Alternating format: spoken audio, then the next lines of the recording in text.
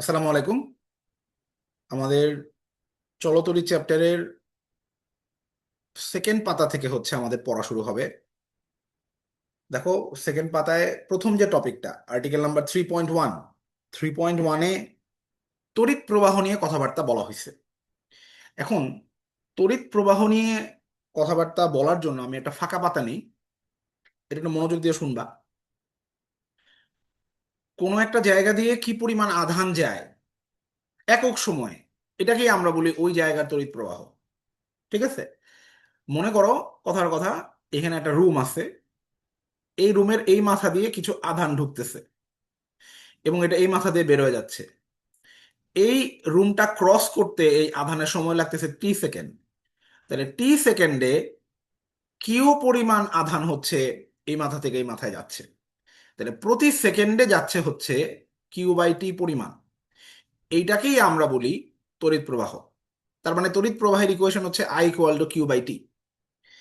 এখন আমাকে একটু ভেবেচিন্তে বলো, আই এবং কিউ এই দুইটার মধ্যে কোনটা মৌলিক রাশি? তড়িৎ প্রবাহ কি মৌলিক রাশি, না তড়িৎ আধান মৌলিক রাশি? কি মনে হয়? সি আমার উত্তর সঠিক। আই হচ্ছে মৌলিক রাশি, কিউ কিন্তু মৌলিক রাশি না। তুমি দেখতেই পারতেছো, আমরা কিন্তু আই কে কিউ এর সাহায্যে প্রকাশ করতেছি। দেখে মনে হচ্ছে আই একটা লব্ধ রাশি, কিন্তু আই আসলে একটা মৌলিক রাশি। তাহলে আমরা যখন লিখি যে 1 অ্যাম্পিয়ার সমান সমান 1 কুলম/1 সেকেন্ড, তখন আমরা লিখি 1 অ্যাম্পিয়ার সমান সমান 1 কুলম/সেকেন্ড। আসলে এইভাবে না লিখে আমাদের লেখা উচিত ছিল 1 কুলম সমান সমান 1 অ্যাম্পিয়ার সেকেন্ড, এইভাবে লেখা উচিত ছিল আসলে। বুঝতে পারছো? তার মানে যদি আমাকে কেউ বলে যে বাবা, বলো তো দেখি কিউ এর একক কি। কিউ এর একক আমরা, খুব বিখ্যাত একটা একক আমরা কিউ এর পড়ি যে কুলম। এই কুলম কিন্তু আসলে মৌলিক একক না, কুলম হচ্ছে লব্ধি একক। তাহলে যদি বলে আধানের মৌলিক একক কি, মৌলিক একক, তাহলে এটার উত্তর হবে অ্যাম্পিয়ার সেকেন্ড। এটা কিন্তু কুলম না, মৌলিক একক। কুলম হচ্ছে লব্ধ একক বা যৌগিক একক। আর যদি বলে মাত্রা কি, তখনই কিন্তু বের হয়ে যাবে, কারণ কুলমের কোনো আলাদা মাত্রা নাই। অ্যাম্পিয়ারের মাত্রা আছে, অ্যাম্পিয়ারের মাত্রা হচ্ছে এ, এটা মাত্রা একক এ। আর সেকেন্ডের মাত্রা তো তোমার টি, তার মানে এটার মাত্রা হবে এটি। যেহেতু প্রসঙ্গ চলেই আসলো, তো এইখানে আমি একটু জিজ্ঞেস করব, ওহমের সূত্র থেকে আমরা জানি V = IR। দেখো, আমরা জানি ভি এর একক হচ্ছে ভোল্ট, আর এর একক হচ্ছে ওহম, আই এর একক হচ্ছে অ্যাম্পিয়ার। দেখো, এই তিনটার মধ্যে অ্যাম্পিয়ার কিন্তু শুধুমাত্র মৌলিক একক। তাহলে যদি বলে আর এর একক কি, ওহম, কিন্তু আর এর মৌলিক একক কি, এটাতে কিন্তু ঝামেলা আছে। আর এর মৌলিক একক কি, আর এর মাত্রা কি, এটা বের করতে গেলে তুমি সব বের করে ফেলতে পারবে। তা আমি তোমাকে প্রথমে একটু ভেঙে বলে দিই, তারপর একটা শর্টকাট বুদ্ধি শিখাই দিই। দেখো, আমরা প্রথমে ভোল্টেরটা বের করি আসো। আমরা জানি ভোল্ট হচ্ছে কাজের সাথে রিলেটেড। মহাকর্ষ চ্যাপ্টারে তোমাদেরকে আমি বলছিলাম যে 1 কেজি ভরের বস্তুকে মহাকর্ষীয় ক্ষেত্রের কোনো বিন্দুতে আনতে যে পরিমাণ কাজ করতে হয় তার নাম হচ্ছে মহাকর্ষীয় বিভব। ওটা ছিল 1 কেজি ভরের বস্তুকে। আর এটা হচ্ছে 1 কুলম আধানকে মহাকর্ষীয় ক্ষেত্র, সরি, তড়িৎ ক্ষেত্রের কোনো বিন্দুতে আনতে যে পরিমাণ কাজ করতে হয় তার নাম হচ্ছে তড়িৎ বিভব। তার মানে আমি এটাকে যদি এইভাবে বলি যে কিউ আধানকে কোনো এক জায়গায় আনতে আমার কাজ করতে হচ্ছে ডাব্লিউ, সুতরাং 1 কুলম আধানকে আনতে আমার কাজ করতে হবে W/Q। এই W/Qটাই হচ্ছে আমার ভি। তার মানে কি দাঁড়াইলো, ভোল্ট এই এককটা সমান সমান কাজের একক মানে জুল, আর আধানের একক যেটা আমরা এতদিন জানতাম হচ্ছে কুলম, এখন আমরা জানি আধানের একক হচ্ছে অ্যাম্পিয়ার সেকেন্ড। তো এটার এককটা আসলে এইটার মানে সমান। তাহলে এখন এই জুলকে আমরা কি লিখতে পারি? জুল হচ্ছে নিউটন মিটার। নিউটন মানে কি, kg/m²/2। তাই মিটার সাথে লাগাই দিলাম, তাহলে এটা আসলো এ, এটা আসলো এস। তার মানে আমার এককটা হইলো kg/m²/s³ ইন্টু a⁻⁻1। সিয়াম এবং মৌমিতা, দেখে কে পারে, বলার চেষ্টা করো তো দেখি। kg/m²/s³, এটা দেখে কি মনে হয় এটা আসলে ভেতরে কার একক ঢুকে বসে আছে? Kg metre square second inverse 3। মাত্রা লিখলে বুঝতে পারবা এটা কার মাত্রা, দেখে কি চেনা যায়? দেখো তো, ml স্কোয়ার টি ইনভার্স 3 তার সাথে a⁻⁻1, দেখে কি মনে হয়? এটা হচ্ছে ক্ষমতার মাত্রা। সাবাস, এটা ক্ষমতার মাত্রা। ক্ষমতার মাত্রা ইন্টু a⁻⁻1 হচ্ছে ভোল্টের মাত্রা। তাহলে এই জিনিসটা ভাইয়া কষ্ট করে বের করলাম, এটা সহজে বের করার কোনো ওয়ে আছে কিনা? আছে। দেখো, তোমরা এটা অবশ্যই পড়ছো, P equal to VI, P equal to V square by R, P equal to I square R, পড়ছো না? খেয়াল করে দেখো, এই পি ইকুয়াল টু ভিআই এই পার্টে কিন্তু পি এর মাত্রা আমি জানি, পি হচ্ছে ক্ষমতা, এই মাত্রা হচ্ছে M L square T inverse 3, আর আই এর মাত্রা আমি জানি এ। তাহলে ভি এর মাত্রা আমি চাইলে এই ইকুয়েশন থেকে ঠাস করে বলে দিতে পারি, আরে ক্ষমতার মাত্রাকে কারেন্টের মাত্রা দিয়ে ভাগ দিলে ভোল্টেজের মাত্রা বেরোয়। তাহলে আমি কিন্তু সরাসরি বলতে পারি ভোল্টেজের একক হচ্ছে ভোল্ট, এটার মৌলিক একক হচ্ছে, এটার মৌলিক একক হচ্ছে ক্ষমতার একক, মানে kg metre square second inverse 3, তাকে অ্যাম্পিয়ারের ইনভার্স দিয়ে ভাগ দেয়া, এবং এটার মাত্রা হচ্ছে ক্ষমতার মাত্রা তার সাথে অ্যাম্পিয়ার ইনভার্স 1 গুণ দেয়া। তাহলে বুদ্ধি করে বলো তো দেখি, আমার এই P equal to VI, V কি ভোল্টেজ? হ্যাঁ, ভি তো ভোল্টেজ। ভিইজি দিয়ে কি বুঝাইলা বুঝলাম না শ্যাম।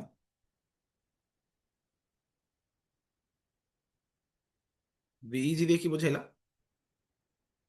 ভি হচ্ছে ভোল্টেজ। হ্যাঁ, তুমি আরেকবার লিখো, আমি বুঝতে পারিনি তোমার কথাটা। তাহলে আমি যেটা বলতেছিলাম সেটা হচ্ছে, ও আচ্ছা, না না না না না না, ওটা ওটা তো আলাদা, ওটা তো আলাদা, ওটা আলাদা। হ্যাঁ, এখন তুমি যেটা বলতেছিলাম সেটা খেয়াল করো। এখন আমি যদি রোধের একক মাত্রা বের করতে চাই, আমি কি চাইলে এই সমীকরণ থেকে বের করতে পারি কিনা? আমি P equal to V square by R এখান থেকে চাইলে আমি রোধের মাত্রা ইকুয়েশন আমি তোমার একক বের করতে পারি, বাট ভি যেহেতু নিজেই যৌগিক, ভি কে ব্যবহার করে এটা না বের করে আমি চাইলে P equal to I square R এটা দিয়ে বের করতে পারি, এটা বেটার হবে।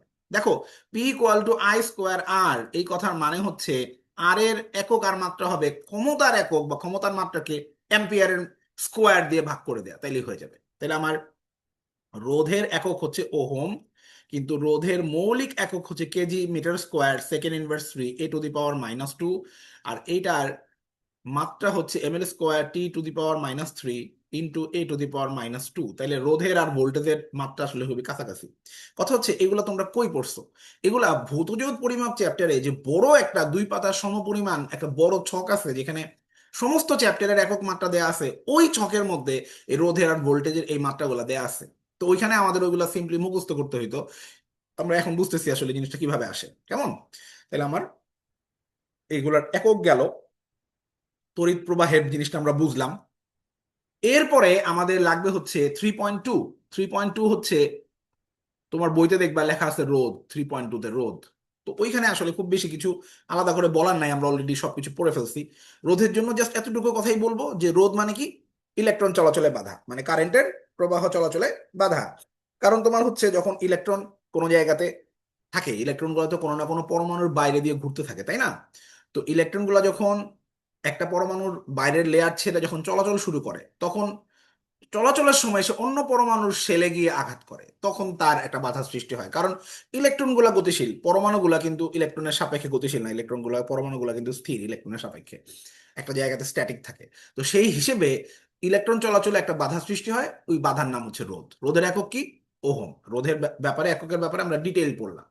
রোধের একটা ইনভার্স একক আছে যার নাম হচ্ছে সিমেন্স, ওইটা নিয়ে আমরা যখন ওহমের সূত্র পড়বো তখন পড়বো। আপাতত রোধের উপর তাপমাত্রার প্রভাব, ইলেকট্রনিক্স চ্যাপ্টার যখন পড়াবো তখন তোমাকে পড়াবো পদার্থ 3 প্রকার: পরিবাহী, অর্ধপরিবাহী, অন্তরক। এই 3 প্রকারের পদার্থের সবারই তাপমাত্রা বাড়াইলে রোধের মান বাড়ে, শুধু অর্ধপরিবাহী হচ্ছে ব্যতিক্রম, তাপমাত্রা বাড়াইলে রোধের মান কমে। এই চ্যাপ্টারের নাম যেহেতু চলতরিৎ, এই চ্যাপ্টারে অন্তরক নিয়ে কোনো আলোচনা নাই। অন্তরক মানে কি? যার মধ্যে কারেন্ট যায় না, তাকে নিয়ে আমরা আলোচনা কেনই করবো এই চ্যাপ্টারে? এই চ্যাপ্টারে আমরা শুধুমাত্র আলোচনা করব পরিবাহী, অর্ধপরিবাহী নিয়ে। তাহলে আমরা বলবো তাপমাত্রা বাড়াইলে দুনিয়ার সবার রোধ বাড়ে, শুধু অর্ধপরিবাহীর কম। তার মানে তাপমাত্রা বাড়াইলে পরিবাহীর রোধ বাড়ে, অর্ধপরিবাহীর রোধ কমে। এখন কথা হচ্ছে, তাপমাত্রা বাড়াইলে তোমার রোধ যদি বাড়ে, তাইলে আলফা নামে একটা রাশি আছে যাকে বলা হয় রোধের উষ্ণতা গুণাঙ্ক, এটার মান পজিটিভ হবে।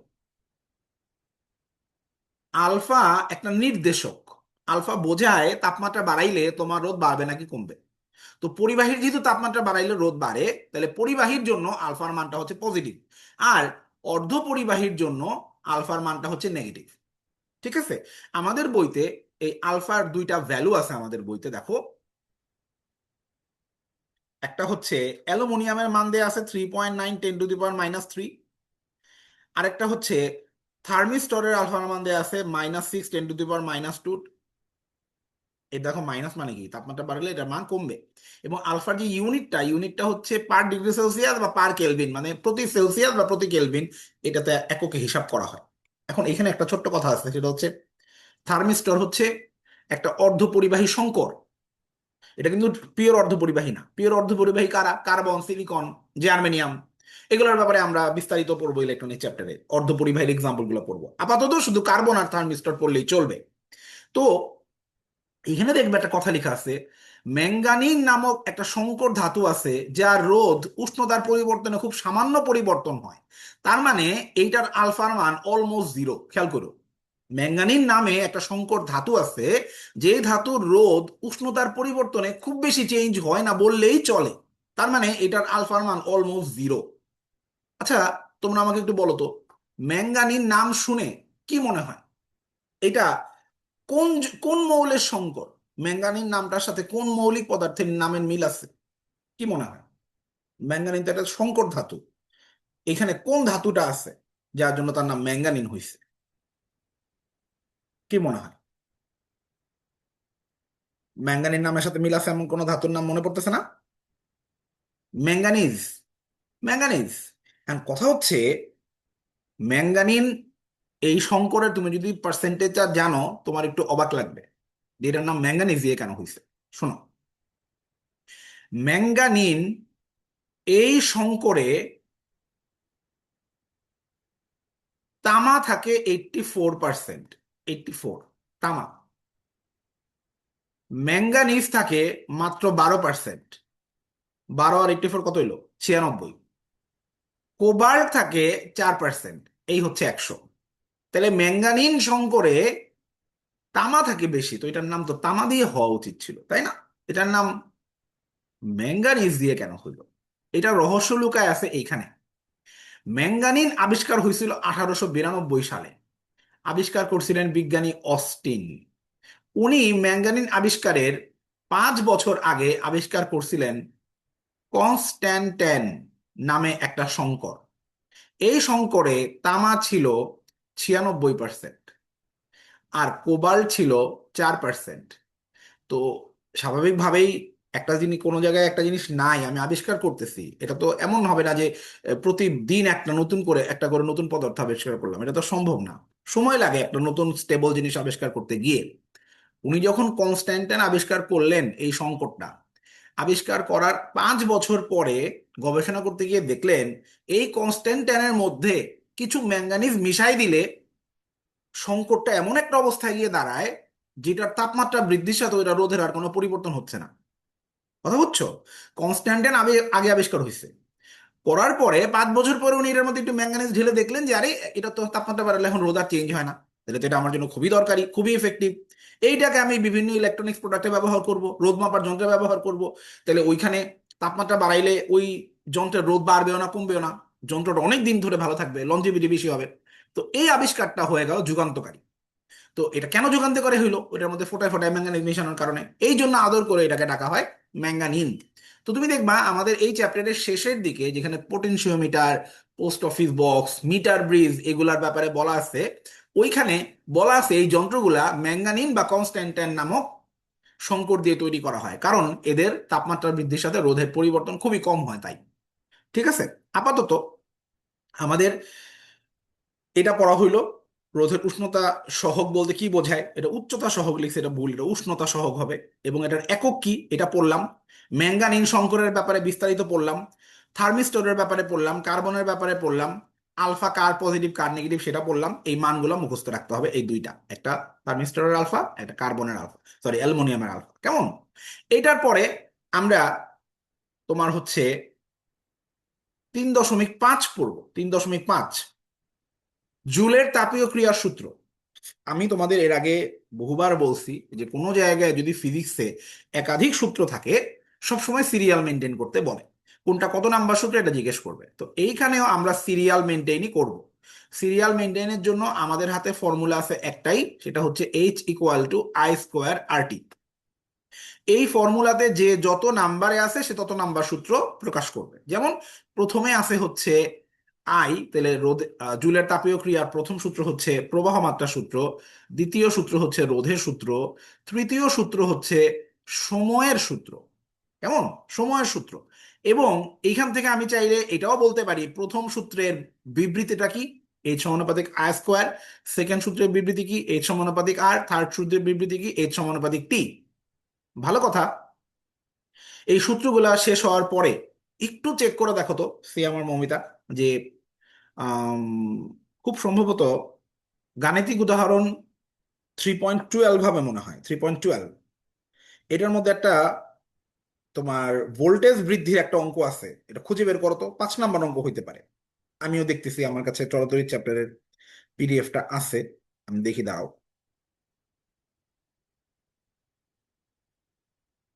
খুঁজে পেলে আমাকে জানাও।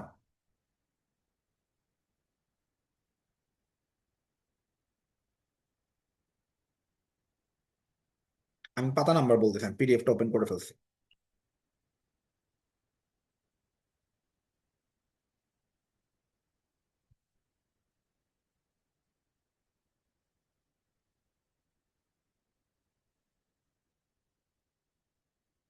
খুঁজে পাইছো? কই গেল এই অঙ্ক?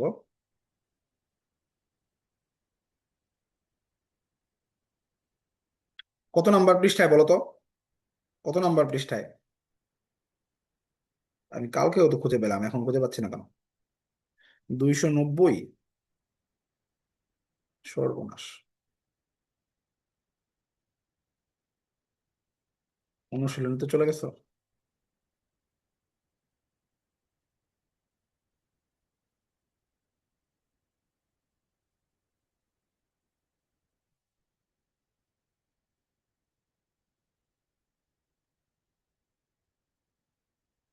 না না না না না, এটা এই অঙ্ক না, এই অঙ্ক না। দাঁড়াও, প্রথম দিকেই থাকবে।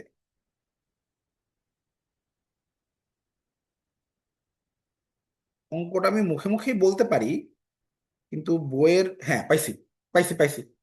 মমিতা, এটা হচ্ছে গাণিতিক উদাহরণ, গাণিতিক উদাহরণ 3.5-এর 1 নাম্বার অঙ্ক। আমি বলি সিয়াম, এটা হচ্ছে 3.10-এ দেখবে একটা ব্যবহারিক আছে, এই যে তাপের যান্ত্রিক সমতা নির্ণয়, এই ব্যবহারিকের পরের অঙ্কটা।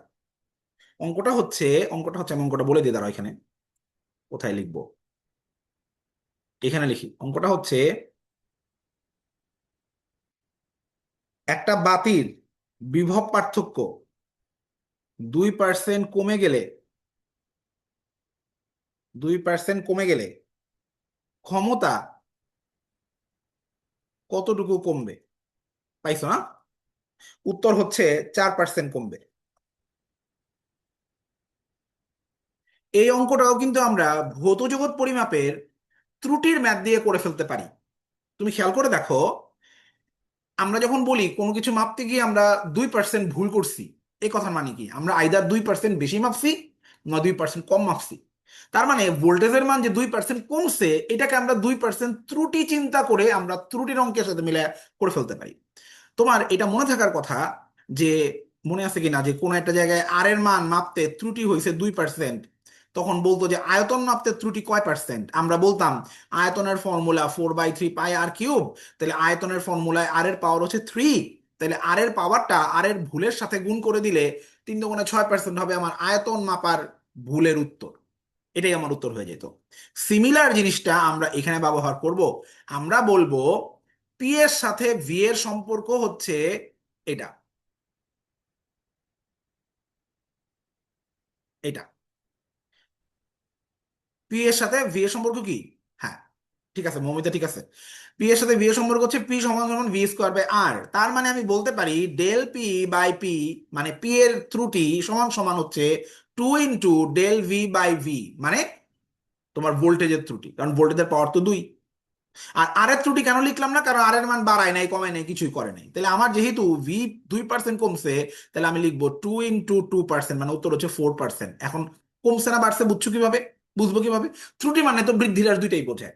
যেহেতু আমি দেখতে পাচ্ছি পি সমানুপাতিক ভি স্কোয়ার বাই আর, তার মানে ভি যদি কমে অবশ্যই পিও কমবে, তাহলে আমার উত্তর উত্তর হচ্ছে 4%। কথা বুঝছো তো?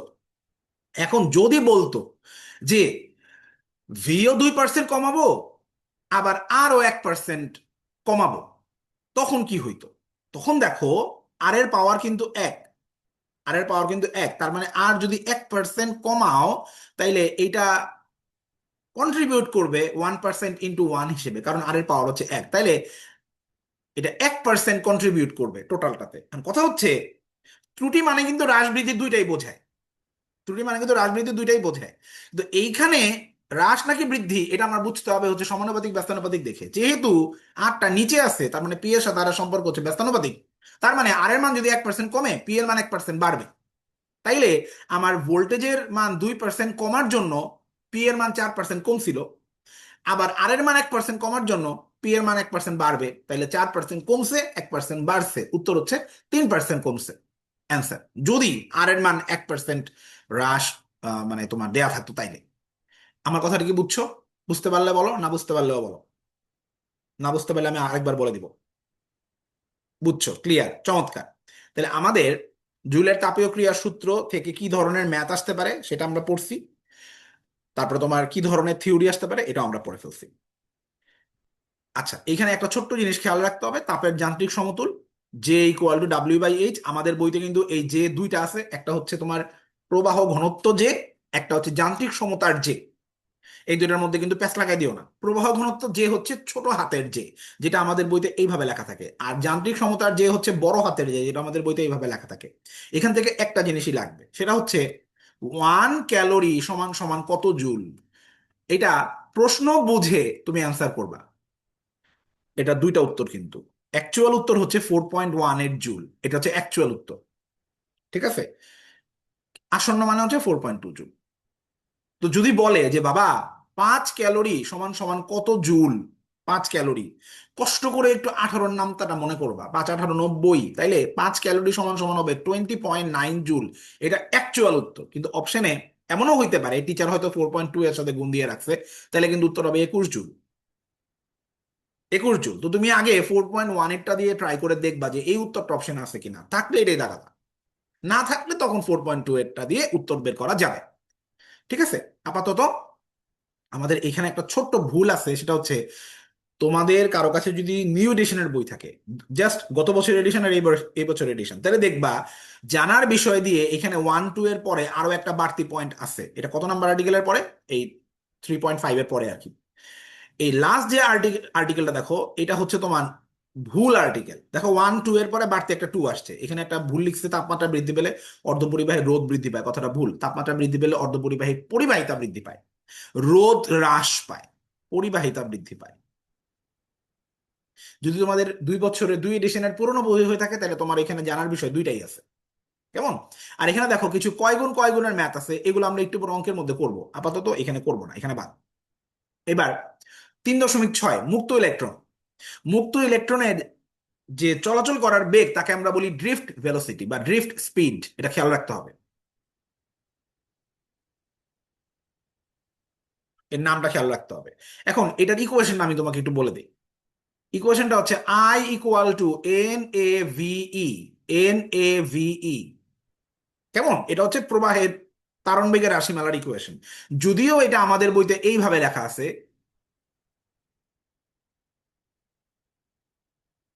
আমাদের বইতে এইভাবে লেখা আছে, বাট এইভাবে মনে রাখাটা সোজা। কে কার সাথে সমানুপাতিক ব্যস্তানুপাতিক তুমি মনে রাখতে পারবা। এখানে আরেকটা ছোট্ট জিনিস হচ্ছে প্রবাহ ঘনত্ব মানে একক ক্ষেত্রফলের মধ্য দিয়ে কি পরিমাণ কারেন্ট গেছে। এইখানে ক্ষেত্রফলের পরিমাণ হচ্ছে এ, তাহলে এই ক্ষেত্রফলের মধ্য দিয়ে কারেন্ট গেছে এটা, তাহলে একক ক্ষেত্রফলের মধ্য দিয়ে কারেন্ট যাবে হচ্ছে I/A। এটাই হচ্ছে আমাদের প্রবাহ ঘনত্ব, এবং এটাকে আমরা বলতে পারি I/A হচ্ছে NaE। তাইলে জে এর ইকুয়েশন আমাদের বইতে দুইটা, একটা হচ্ছে J = I/A, এটা একটা ইকুয়েশন, আরেকটা হচ্ছে J = NaE। এটা আরেকটা উত্তর। দুইটারই একক সেম, দুইটার একক হচ্ছে অ্যাম্পিয়ার পার মিটার স্কোয়ার, অথবা মাত্রা হচ্ছে AL⁻²। ঠিক আছে, ড্রিফট ভেলোসিটি গেল। এই যে এটা হচ্ছে আমাদের প্রবাহ ত্বরণ বেগের রাশিমালা, এটা হচ্ছে আমাদের প্রবাহ ঘনত্বের রাশিমালা। আমরা এই দুইটাই পড়ে ফেলছি। 3.7 রোধ এবং আপেক্ষিক রোধ, আমরা এইটা পড়বো। যেহেতু এখন 6:50 বেজে গেছে, নামাজের ব্রেক দিব। 7:05 আমরা ক্লাস শুরু করব। কেমন? তার আগ পর্যন্ত আমাদের নামাজের ব্রেক।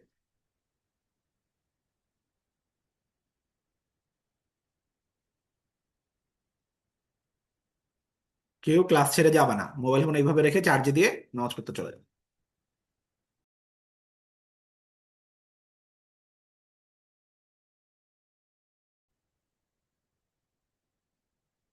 ঠিক আছে, আমাদের এখনকার টপিক হচ্ছে 3.7 রোধ এবং আপেক্ষিক রোধ। তো এই জিনিসটা একটু মানে বোঝা দরকার, যে রোধ আর আপেক্ষিক রোধ। হ্যাঁ, এই যে মাত্র শুরু করলাম আমরা। রোধ এবং আপেক্ষিক রোধ জিনিসটা আসলে কি?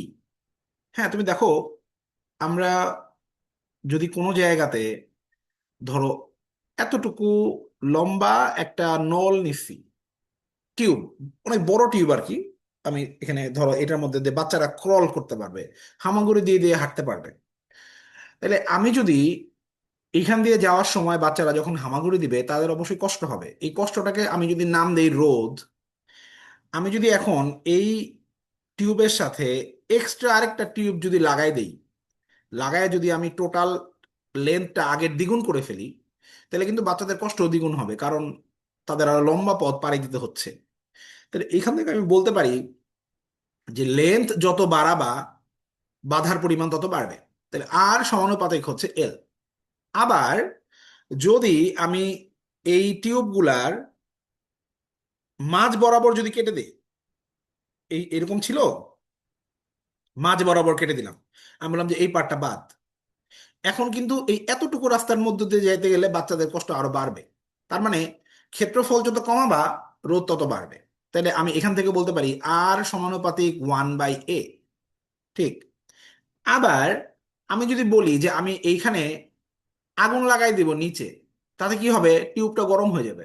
গরম হয়ে গেলে কি হবে? বাচ্চাগুলোর মধ্যে একটা দিক বিদিক শূন্য হয়ে দৌড়াদৌড়ি করা শুরু হবে। এই দৌড়াদৌড়ি শুরু হওয়া মানেই কিন্তু তোমার তাদের মধ্যে বাধা আরো বাড়বে, যেহেতু একটা র্যাপিড মুভমেন্ট হবে। তার মানে তাপমাত্রা চেঞ্জ করলেও আসলে রোধের চেঞ্জ হয়। এখন তাপমাত্রা চেঞ্জ করলে রোধের কিরকম চেঞ্জ হয়, সেটা আমি আসলে সমানুপাতিক বা স্থানানুপাতিকতে বলতে পারবো না, কারণ পরিবাহী এবং অর্ধপরিবাহী তোমার তাপমাত্রার সাথে রোধের পরিবর্তনের ব্যাপারটা ডিফারেন্ট। তাপমাত্রা বাড়াইলে পরিবাহী রোধ বাড়ে, আবার অর্ধপরিবাহী কিন্তু কমে। সো এখানে আমি আর সমানুপাতিক বা স্থানানুপাতিক বলবো না, আমি জাস্ট এটা বুঝবো তাপমাত্রা চেঞ্জ করলে আমার রোধের মান চেঞ্জ হবে। এটা হচ্ছে রোধের ব্যাপার স্যাপার। এখন রোধ কিন্তু আরো একটা জিনিসের উপর ডিপেন্ড করে, সেটা হচ্ছে ওই পদার্থটা কি দিয়ে তৈরি তার উপর ডিপেন্ড করে। যেমন মনে করো, যদি আমার এটা যদি সোডিয়াম হয়, যেটা সহজেই ইলেকট্রন ছাড়তে পারে, তার ভিতর দিয়ে ইলেকট্রন যাওয়াটা বেশি ইজিয়ার, তার রোধের মান কম। কিন্তু এটা যদি সোডিয়াম না হয়ে যদি গোল্ড হয়, যার মধ্যে ইলেকট্রন খুব সহজে যেতে পারে না, তাহলে সেইটার ভিতর দিয়ে রোধের মান কিন্তু বেশি হবে। তার মানে রোধ কিন্তু পদার্থ কি দিয়ে তৈরি তার উপরও ডিপেন্ড করে, তার মানে রোধ উপাদানের উপরও ডিপেন্ড করে। এইবার আসি হচ্ছে আপেক্ষিক রোধের বেলায়। আপেক্ষিক রোধ হচ্ছে একটা স্ট্যান্ডার্ড ভ্যালু আর কি। যেমন মনে করো কথার কথা, যে ধরো তুমি বাজার থেকে পোলাও চাল কিনতে যাবা, পোলাও চাল কিনবা। এক দোকানদার বলতেছে 10 কেজি পোলাও আমার এখান থেকে পোলাও চাল কিনলে আপনার 100 টাকা পড়বে। আরেক দোকানদার 20 কেজির বস্তা বিক্রি করতেছে, 20 কেজির বস্তা সে 200 টাকা বেচবে। আরেক দোকানদার 30 কেজির বস্তা বিক্রি করতেছে, সে 300 টাকা বেচবে। তুমি বুঝতেছো, প্রত্যেক দোকানদারের কিন্তু ইউনিট রেট কিন্তু সেম। সবাই কিন্তু 1 কেজি চাল 10 টাকায় বেচতেছে, এই জন্য 10 কেজিরটা 100 টাকা, 20 কেজিটা 200 টাকা, 30 কেজিটা 300 টাকা। তার মানে কি দাঁড়াইলো? ওই 10 কেজির বস্তার যে রোধ মানে দাম, আর 20 কেজির বস্তার যে দাম সেম না কিন্তু, কারণ কন্টেন্ট বেশি কম। 10 কেজির বস্তায় 10 কেজি চাল, 20 কেজির বস্তায় 20 কেজি চাল, কন্টেন্ট ডিফারেন্ট। তো তোমার রোধের মান কম বেশি মানে ওই পোলার চালের দাম কম বেশি। বাট আমি যদি 1 কেজি হিসাব করি, সবারই কিন্তু 1 কেজির দাম 10 টাকা। এই যে ইউনিট প্রাইসে হিসাব করলাম, রোধের জন্য এই ইউনিটটা কি? রোধ যেহেতু লেন্থ বাড়াইলে বাড়ে, ক্ষেত্রফল বাড়াইলে কমাইলে রোধের মান কমে বাড়ে, তো রোধের জন্য ইউনিট হবে আমরা যেমন এখানে 1 কেজিতে মাপছি, এখানে মাপবো 1 মিটারে মাপবো, আর 1 মিটার স্কোয়ার ক্ষেত্রফলে মাপবো। তখন আমি যখন তার রোধ মাপবো সেটাকে আমরা বলবো আপেক্ষিক রোধ। বোঝা যাচ্ছে? তার মানে আমি যদি এখানে একটা 1 মিটার লম্বা তার আর একটা 2 মিটার লম্বা তার, দুইজনের রোধ মাপি, রোধ ডিফারেন্ট হবে, বাট দুইজনের আপেক্ষিক রোধ মাপলে রোধ সেম হবে। কারণ দুইজনের আপেক্ষিক রোধই আমি 1 মিটার দৈর্ঘ্যে মাপবো এবং 1 মিটার স্কোয়ার ক্ষেত্রফলে মাপবো। তার মানে আমি যখন রোধের নির্ভরশীলতা বলতেছি, আমি রোধের নির্ভরশীলতা তোমাকে চারটা বলতেছি: উপাদান, তাপমাত্রা, দৈর্ঘ্য আর ক্ষেত্রফল। বাট যখন আমি আপেক্ষিক রোধের নির্ভরশীলতা বলবো, তখন কিন্তু এই দৈর্ঘ্য আর ক্ষেত্রফল বাদ হয়ে যাবে, কারণ আপেক্ষিক রোধে আমরা দৈর্ঘ্য আর ক্ষেত্রফল দেখিই না, আমরা দৈর্ঘ্য ক্ষেত্রফল এক এক করে বানায় ফেলি। তাহলে আপেক্ষিক রোধের নির্ভরশীলতা হচ্ছে দুইটা, একটা হচ্ছে তাপমাত্রা আর একটা হচ্ছে উপাদান। কথা বোঝা যাচ্ছে? 1 কেজির পোলার চাল আর 1 কেজি নাজির শাহী চালের দাম এক হবে না, কারণ দুইটার উপাদান ডিফারেন্ট। ঠিক আছে? তো এইখান থেকে আমরা তিনটা জিনিস শিখলাম: একটা হচ্ছে রোধের সূত্র, রোধের সূত্র মোট তিনটা, আর রোধের নির্ভরশীলতা চারটা। একটা রোধের ফর্মুলা শিখলাম, আর সমানুপাতিক L/A। এই ফর্মুলাতে আমি সমানুপাতিকের জায়গায় রো বসাই দিলে এটাই হয়ে যাবে রো L/A। এখান থেকে আমি চাইলে রো এর সংজ্ঞা বের করে আনতে পারি। এই রোই হচ্ছে আপেক্ষিক রোধ, রো হচ্ছে RA/L। খেয়াল করে দেখো, এখানে আমি যদি এল এর মান 1 বসাই, এ এর মান 1 বসাই, তাইলে রো আর আর সেম হয়ে যায়। তার মানে কি, 1 মিটার দৈর্ঘ্যের 1 মিটার স্কোয়ার ক্ষেত্রফলের কোনো পদার্থের রোধই হচ্ছে তার আপেক্ষিক রোধ। বোঝা যাচ্ছে? তাহলে আপেক্ষিক রোধের আমি যদি একক বের করতে চাই, রোধের একক হচ্ছে ওহম, এর একক হচ্ছে মিটার স্কোয়ার, এল এর একক হচ্ছে এম, তাহলে আপেক্ষিক রোধের একক হবে ওহম মিটার। কেমন?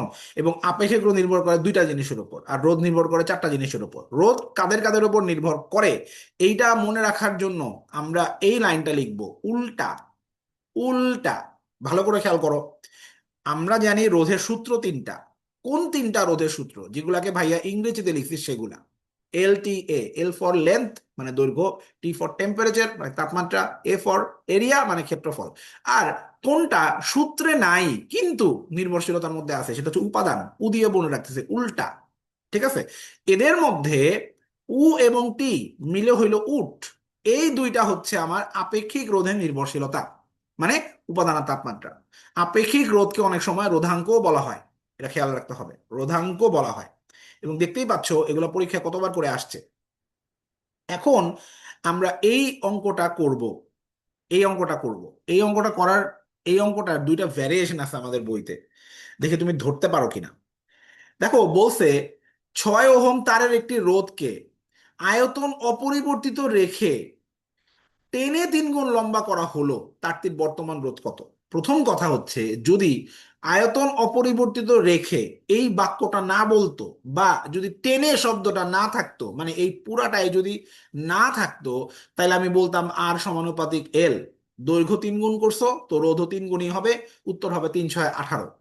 কিন্তু যেহেতু টেনে কথাটা বলছে, তার মানে তোমার কাছে একটা লম্বা লাঠি ছিল বা টিউব ছিল, তুমি এটাকে টাই না 3 গুণ লম্বা করছো। তো যখন তুমি তাকে টাইনা 3 গুণ লম্বা করছো, তুমি কিন্তু নতুন কোনো পদার্থ অ্যাড করো নাই, তুমি এইটাকেই টাইনা 3 গুণ করছো, মানে তুমি আয়তন সেম রাখছো।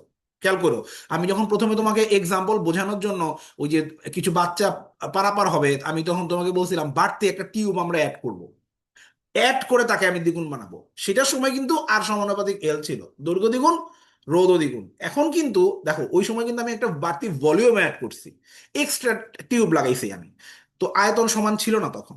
আর এখন কিন্তু আগের ছোটটাকে টেনে আমি বড় করছি, তার মানে এখন কিন্তু আয়তন সমান, আমি নতুন কোনো ভলিউম অ্যাড করি নাই। রাইট? তাহলে আয়তন সমান যখন রাখবো, তখন দুইটা জিনিস হয়। একটা হচ্ছে দৈর্ঘ্য 3 গুণ লম্বা করছো, ক্ষেত্রফলও 3 গুণ ছোট হয়ে যাবে, কারণ আয়তন সেম। আর আমরা জানি আয়তন সমান সমান হচ্ছে ক্ষেত্রফল ইন্টু দৈর্ঘ্য। তাহলে দৈর্ঘ্য যদি 3 গুণ বাড়ে, ক্ষেত্রফল 3 গুণ কমবে। এখন দৈর্ঘ্য 3 গুণ বাড়ার জন্য রোধ 3 গুণ বাড়বে, ক্ষেত্রফল 3 গুণ কমার জন্য রোধ আরো 3 গুণ বাড়বে। তার মানে টেনে 3 গুণ করার জন্য রোধ আসলে বাড়লো 3 × 3, মানে 3 স্কোয়ার গুণ বাড়লো। তাহলে আমরা 3 গুণের বদলে যদি 4 বলতাম, তাহলে 4 × 4, 4 স্কোয়ার গুণ বাড়তো। আমরা যদি এন গুণ করতাম, তাহলে n স্কোয়ার গুণ বাড়তো। তাহলে আমরা টেনে শব্দটা থাকলেই সেখানে আমরা মানে সরাসরি অত গুণ না বলে তাকে স্কোয়ার গুণ বলবো। তাহলে আগে রোধের মান ছিল 6, এখন 3 গুণ করার কারণে 18 না হয়ে টেনে 3 গুণ করার কারণে 54 হবে, 54 ওহম। একটু ভেবেচিন্তে দেখো তো, আমি কি এই অঙ্কটাকে এইভাবে লিখতে পারতাম না, ভর অপরিবর্তিত রেখে? এটা কি বুঝো?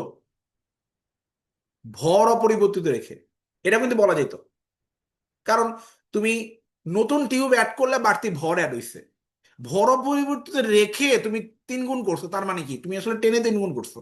তাইলে এই টেনে অঙ্কগুলা তিন ভাবে ভাষা দিয়ে পরীক্ষায় আসতে পারে। একটা হচ্ছে আয়তন অপরিবর্তিত রেখে, এটা বলতে যা বোঝায়, টেনে বলতে তাই বোঝায়, ভর অপরিবর্তিত রেখে বলতে তাই বোঝায়, তিনটা সিমিলার।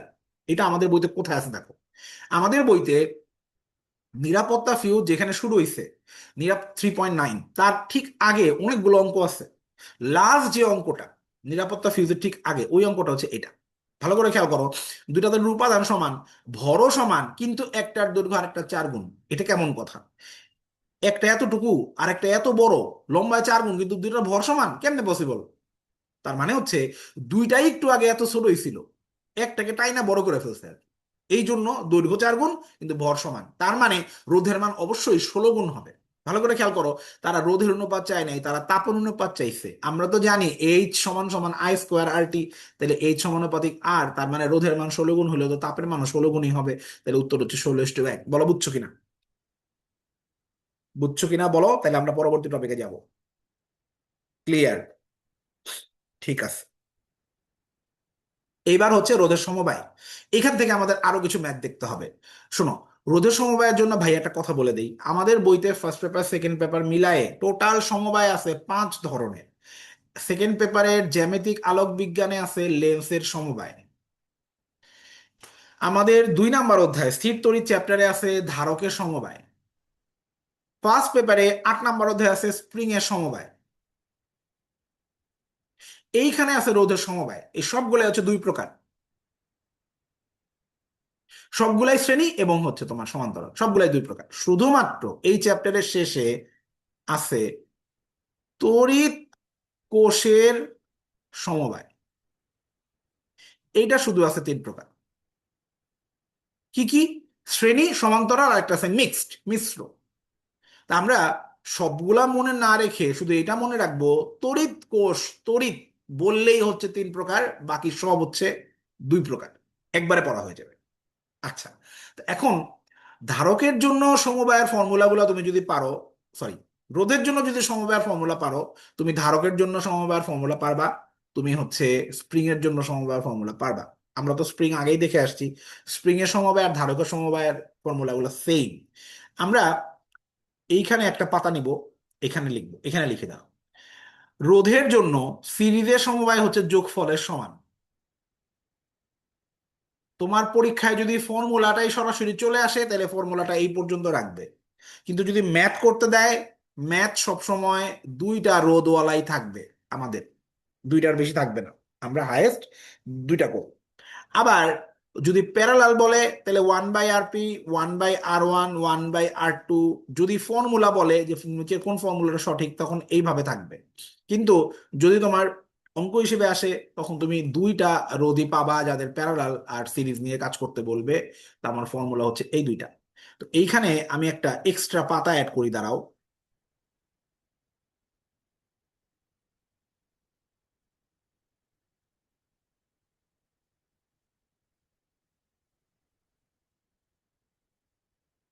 তোমরা কি একটা ব্ল্যাক স্ক্রিন দেখতে পাচ্ছ? ভাইয়া মাঝখানে লিখতেছি, দেখতে পাচ্ছ নাকি শুধু আমিই দেখতে পাচ্ছি?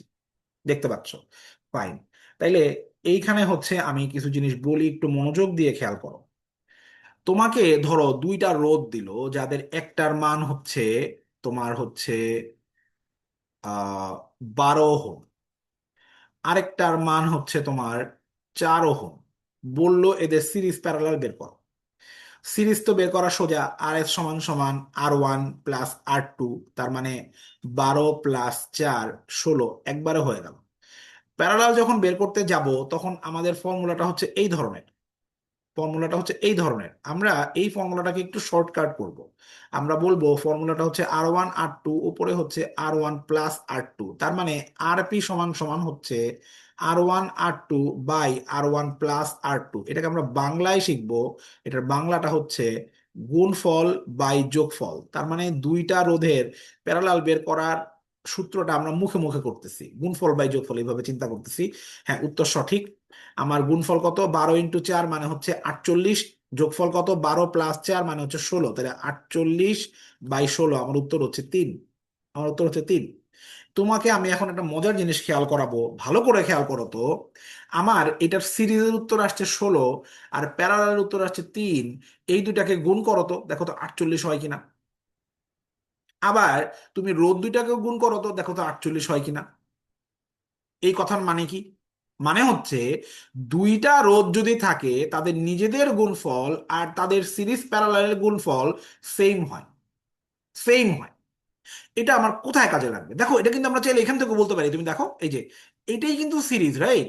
এটাই কিন্তু সিরিজ। তার মানে আমি কিন্তু বলতেই পারি আর পি ইন্টু আর এস সমান সমান হচ্ছে R1 ইন্টু R2, তাই না? এটা আমার কোথায় কাজে লাগবে আমি তোমাকে বলি। তুমি এই অঙ্কটা খেয়াল করো।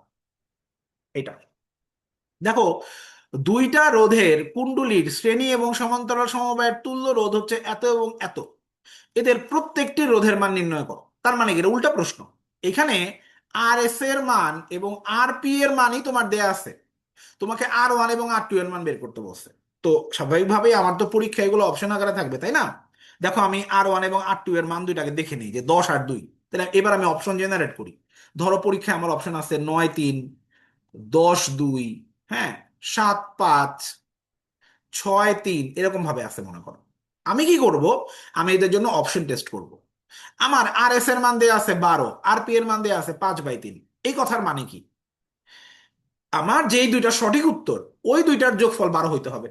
দেখো এই হিসেবে এটাও সঠিক, এটাও সঠিক, এটাও সঠিক। খুবই স্বাভাবিক। টিচার যেহেতু জানে তুমি যোগ করে করে আর এস এর সমান বানানোর চেষ্টা করবা, তো স্যার এমন মাল্টিপল অপশন দিবে যেন তুমি ধোঁকা খাও। তো এই তিনটার মধ্যে যে কোনো একটা সঠিক উত্তর, রাইট? কোনটা সঠিক উত্তর বুঝবে কেমনে? এখন আমি যে কাজটা করব, আমি এই দুটাকে গুণ করব, এই 12 আর 5/3 কে গুণ করব। দেখো তো কত হয়? 12 ইন্টু 5/3 কত হয়? 20 হয় না? 20 হয়। তাহলে যেটা আমার সঠিক উত্তর, তাদের নিজেদের মধ্যে গুণফল 20 হবে। তাহলে আমার দেখো এই দুইটার গুণফল 20 হয় না, এই দুইটার গুণফল 20 হয় না, এই দুইটার গুণফল 20 হয়। এটা হচ্ছে আমার সঠিক উত্তর, 10 আর 2। এখন তোমার মনে হইতে পারে যে ভাইয়া আমরা প্রথমে যোগের টেস্টটা কেনই বা করলাম? আমরা তো একবারে গুণের টেস্টে করে ফেলতে পারতাম, তাহলে তো উত্তর মিলে যেত। কেন আমাদের নিয়ম মানতে হবে, কেন আমাদের যোগ দিয়ে শুরু করতে হবে, তার তোমাকে একটা আমি এক্সাম্পল দিই। ভালো করে খেয়াল করো। আর এস এর মান দেয়া আছে 9, আর পি এর মান দেয়া আছে 2। আর এস এর মান দেয়া 9, আর পি এর মান দেয়া 2।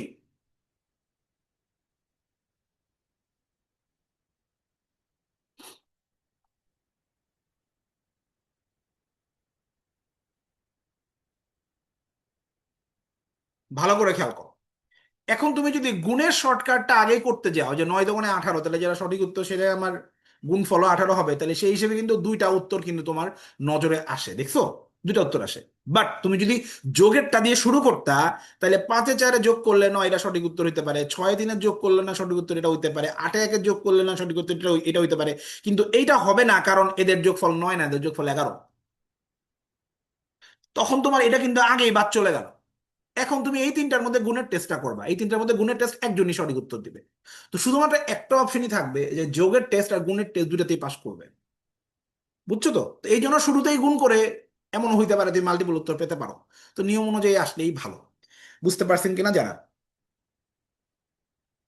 এটা কি বুঝতে পারছেন কিনা? ক্লিয়ার? আচ্ছা ফাইন। এটা যদি ক্লিয়ার হয় তাহলে আমরা এই অঙ্কটা করব। এইটা 20 ওহম রোধের একটি তামার তারকে টেনে এমন ভাবে লম্বা করা হলো যেন দৈর্ঘ্য 5 গুণ হয়, ক্ষেত্রফল 1/5 হয়। কত সহজ সরল টিচার! একদম সবই ভেঙেই বলে দিচ্ছে যে টানলে যে ক্ষেত্রফল যে 5 ভাগের 1 ভাগ হয় বলেই দিছে। আমাদের মেইন কথা হচ্ছে দৈর্ঘ্য টেনে 5 গুণ করছে, তার মানে 25 গুণই হবে। তাহলে আমার আগে ছিল 20, এখন হবে 25 × 20। এটা ক্যালকুলেট করলে যত হয় আর কি, 500 হবে উত্তর। এটা গেল। এইবার 4 নাম্বার দেখো, একই উপাদানের দুটি রোধকের রোধ সমান, রোধ সমান বলছে, তাদের দুটি ব্যাসের অনুপাত 2:4 হলে দৈর্ঘ্যের অনুপাত কত? এই অঙ্কগুলা সহজে কিভাবে চিন্তা করতে হয় শোনো। আমরা জানি আর সমানুপাতিক হচ্ছে L/A। যেহেতু একই উপাদান, তার মানে আপেক্ষিক রোধ সমান, আপেক্ষিক রোধ এখানে আনতে হবে না। দেখো চাইছে কি? দৈর্ঘ্য চাইছে, তো যাকে চাইছে তাকে বামে রাখতে হবে, বাকিগুলা ডানে নিয়ে যেতে হবে। খেয়াল করুন, যাকে চাইছে তাকে বামে রাখতে হবে, বাকিগুলা ডানে নিয়ে যেতে হবে। এরপরে বলছে দেখো দুইটা রোধও সমান, তার মানে আমি আর কে বাদ দিয়ে দিতে পারবো। এখন কথা হচ্ছে, আমার এ কিন্তু দেয়া নাই, দেয়া আছে ব্যাসের অনুপাত। তো এর ফর্মুলা কি? 1/4 πd স্কোয়ার। এখন 1/4 আর পাই তো ধ্রুবক, তাইলে এল সমানুপাতিক ডি স্কোয়ার হচ্ছে আমার ফর্মুলা। তাহলে আমার এবার আমি ডি এর মানটা বসাই দেবো, যেইভাবে দেয়া আছে এজ ইট ইজ বসাইতে হবে। 2:4 মানে কি 2/4, তাহলে আমার 2/4ই বসাইতে হবে।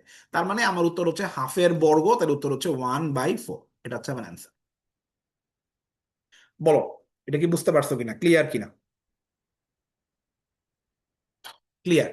তাইলে আমাদের সমান সমান মানের রোধের কিছু অঙ্কও করতে হবে। সমান সমান মানের রোধ এটা একটু বলে দেই, শোনো। আমরা বলছি যে রোধের জন্য যদি অঙ্ক আসে তাহলে হায়েস্ট দুইটাই আসবে, এর চেয়ে বেশি আসবে না। কিন্তু সমান সমান রোধ যখন বলবে তখন 4টা 5টা 6টা 7টা রোধও বলতে পারে। তো সমান সমান মানের রোধ, ধরো তোমার কথার কথা 4টা রোধ আছে যাদের প্রত্যেকের মান হচ্ছে আর, তাইলে তাদের সিরিজ কত হবে? 4টা আর এর যোগফল। একবার আমি লিখতে পারি না 4R। আবার তাদের প্যারালাল কি হবে? 1/RP সমান সমান 1/R 1/R, এইভাবে কয়টা 1/R আসবে? 4টা। 4টা 1/R যেহেতু, এটাকে আমি বলতে পারি 4/R। এটা বলা যায় 4/R। তাহলে আমার আরপি সমান সমান হবে R/4। আমি একটা ব্ল্যাক স্ক্রিন নিচে দাঁড়াও, এই জিনিসটাকে আমি ওইখানে লিখে দেখাবো।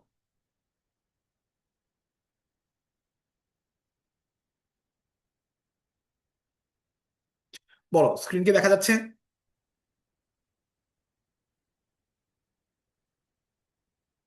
ঠিক আছে। তাহলে দেখো ভালো করে, আমি এইটাকে চাইলে কিন্তু একটা ফর্মুলার মধ্যে নিতে পারি। ফর্মুলা হচ্ছে এন সংখ্যক রোধ যদি থাকে, এন সংখ্যক রোধ, তাহলে, এবং সবার মান হচ্ছে আর, তাহলে আর এস সমান সমান এন ইন্টু আর, আর পি সমান সমান R/N। তাহলে ভালো করে খেয়াল করো তো, সিরিজে যখন আমি লাগাই তখন কিন্তু রোধের মান বাড়ে, আর প্যারালাল লাগাইলে রোধের মান কিন্তু কমে। তার মানে যে কোনো জায়গায় আমার যদি রোধ কমাইতে হয় তাহলে আমার কিছু না কিছু প্যারালাল করে লাগাইতে হবে। যে কোনো জায়গায় রোধ যদি বাড়াইতে হয় আমার সিরিজ করে লাগাইতে হবে। এটা মাথার মধ্যে সেট করো। এইবার আসো আমরা একটা প্রশ্ন উত্তর দিই। আমাকে যদি বলে 3টা সমান রোধ যাদের প্রত্যেকের আর হচ্ছে 3, বলতে হবে এদের সিরিজ কত, এদের প্যারালাল কত। 3টা সমান রোধ যাদের প্রত্যেকের আর হচ্ছে 3, এদের সিরিজ কত এবং এদের প্যারালাল কত, বলো।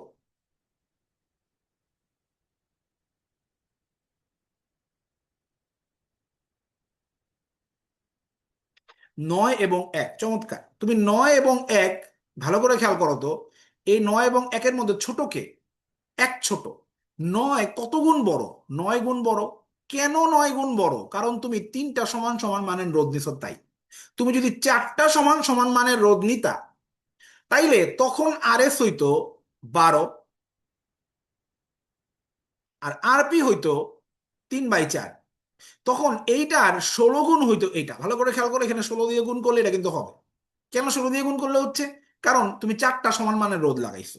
ভালো করে খেয়াল করো, এইখানে যদি আমি এন স্কোয়ার দিয়ে গুণ দিই তাহলে কিন্তু এটা পাবো। তার মানে আমরা নতুন একটা ফর্মুলা জেনারেট করতে পারি, আর এস সমান সমান এন স্কোয়ার ইন্টু আরপি। সমান সমান রোধ হইলে তুমি যদি আরপি এর সাথে এন স্কোয়ার গুণ দাও তাহলে তুমি আর এস পাবা। এখন যদি এটা ধারকের অঙ্ক হইতো তাহলে জিনিসটা উল্টায় যেত। ধারকের অঙ্কে সিপি সমান সমান N square into R S, এই, সরি, সিএস। এখন এই সমীকরণগুলো আসলে মুখস্থ করাটা জরুরি না, বাংলাটা মনে রাখা জরুরি। বাংলাটা কিভাবে মনে রাখবো আমি তোমাকে একটা বুদ্ধি শেখাই দিই। ধরো তোমাকে বললো 4টা সমান সমান মানের রোধ সিরিজে এবং প্যারালালে লাগানো হলো। সিরিজের রোধ প্যারালালের রোধের চাইতে কত গুণ বেশি? আবার প্রশ্ন করি, একটা 4টা সমান সমান মানের রোধ, তাদেরকে সিরিজ এবং প্যারালালে লাগানো হলো। তাদের সিরিজের রোধ প্যারালালের রোধের কত গুণ? ভালো করে খেয়াল করো, কার রোধ চাইছে? প্যারালালের রোধ চাইছে? না, সিরিজের রোধ চাইছে। বলছে সিরিজের রোধ প্যারালালের কত গুণ, তার মানে সিরিজেরটা চাইছে। এখন বলো, সিরিজ কি বড় না ছোট? বড়। তাহলে উত্তর হবে এন স্কোয়ার গুণ, মানে 16 গুণ হবে। যদি বলতো যে বাবা 4টা লাগাইছি, প্যারালাল সিরিজের কত গুণ, এটা যদি জিজ্ঞেস করতো, তার মানে এখন প্যারালাল চাইছে। প্যারালাল কি সিরিজের চেয়ে বড় না ছোট? তাহলে প্যারালাল কত গুণ হবে? 1/16 গুণ হবে। মানে কি দাঁড়াইলো, আমরা এই সমীকরণটাকে আসলে এইভাবে লিখতেছি, আর P equal to 1/n² into R S. এভাবে তো যেটা লেখা যায়, তাই না? পরীক্ষায় কোন বাংলা লাইনটা আসছে আমি বুঝবো কিভাবে? আমি ওই যে কোয়েশ্চেন দেখে বুঝবো। এখন যদি ধারকের চ্যাপ্টারটা যায়, ধারকের চ্যাপ্টারটা কিন্তু প্যারালালি বড় আর সিরিজই ছোট। আবার স্প্রিং এর চ্যাপ্টারে প্যারালালি বড়, সিরিজই ছোট। তখন যদি বলে যে চারটা সমান সমান মানের ধারক বা চারটা সমান সমান মানের স্প্রিং ধ্রুবক, তাদেরকে সিরিজ এবং প্যারালাল লাগানো হয়েছে, প্যারালালের ধারকত্ব বা প্যারালালের ধ্রুবক সিরিজের কত গুণ, তখন আমি চিন্তা করবো প্যারালাল তো ওদের জন্য বেশি, তার মানে আমার উত্তর হবে 16 গুণ। মানে উত্তর আইদার 16 গুণ হবে, নাহলে 1/16 গুণ হবে। আমি বুঝবো কিভাবে? কোয়েশ্চেনের ভাষা দেখে বুঝবো। ঠিক আছে? তো এটা গেল। এইবার আমাদের আসছে 3.7.1 ওহমের সূত্র। ওহমের সূত্র থেকে আমাকে একটা প্রশ্ন উত্তর দিবা। ওহমের সূত্র, আই সমানুপাতিক ভি নাকি ভি সমানুপাতিক আই, বলো দেখি কে পারে। আই সমানুপাতিক ভি নাকি ভি সমানুপাতিক আই, ওহমের সূত্র। ওহমের সূত্র হচ্ছে আই সমানুপাতিক ভি। কারণ স্বাধীন চলক সবসময় ডানে থাকে, অধীন চলক সবসময় বামে থাকে, সবসময়।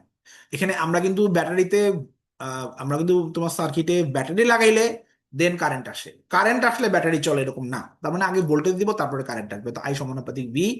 এখানে আমি একটা সমানুপাতিক ধ্রুবক নিয়ে আসবো, এটাই হচ্ছে আমার 1/r। তাই তুমি এটাকে Y equal to M X এর সাথে তুলনা করো। তার মানে আমি যদি একটা সরল রেখা টানি, সেই সরল রেখার ঢাল হবে 1/r। তাইলে ওহমের সূত্রের যে গ্রাফের ঢাল, এই ঢালটা কি?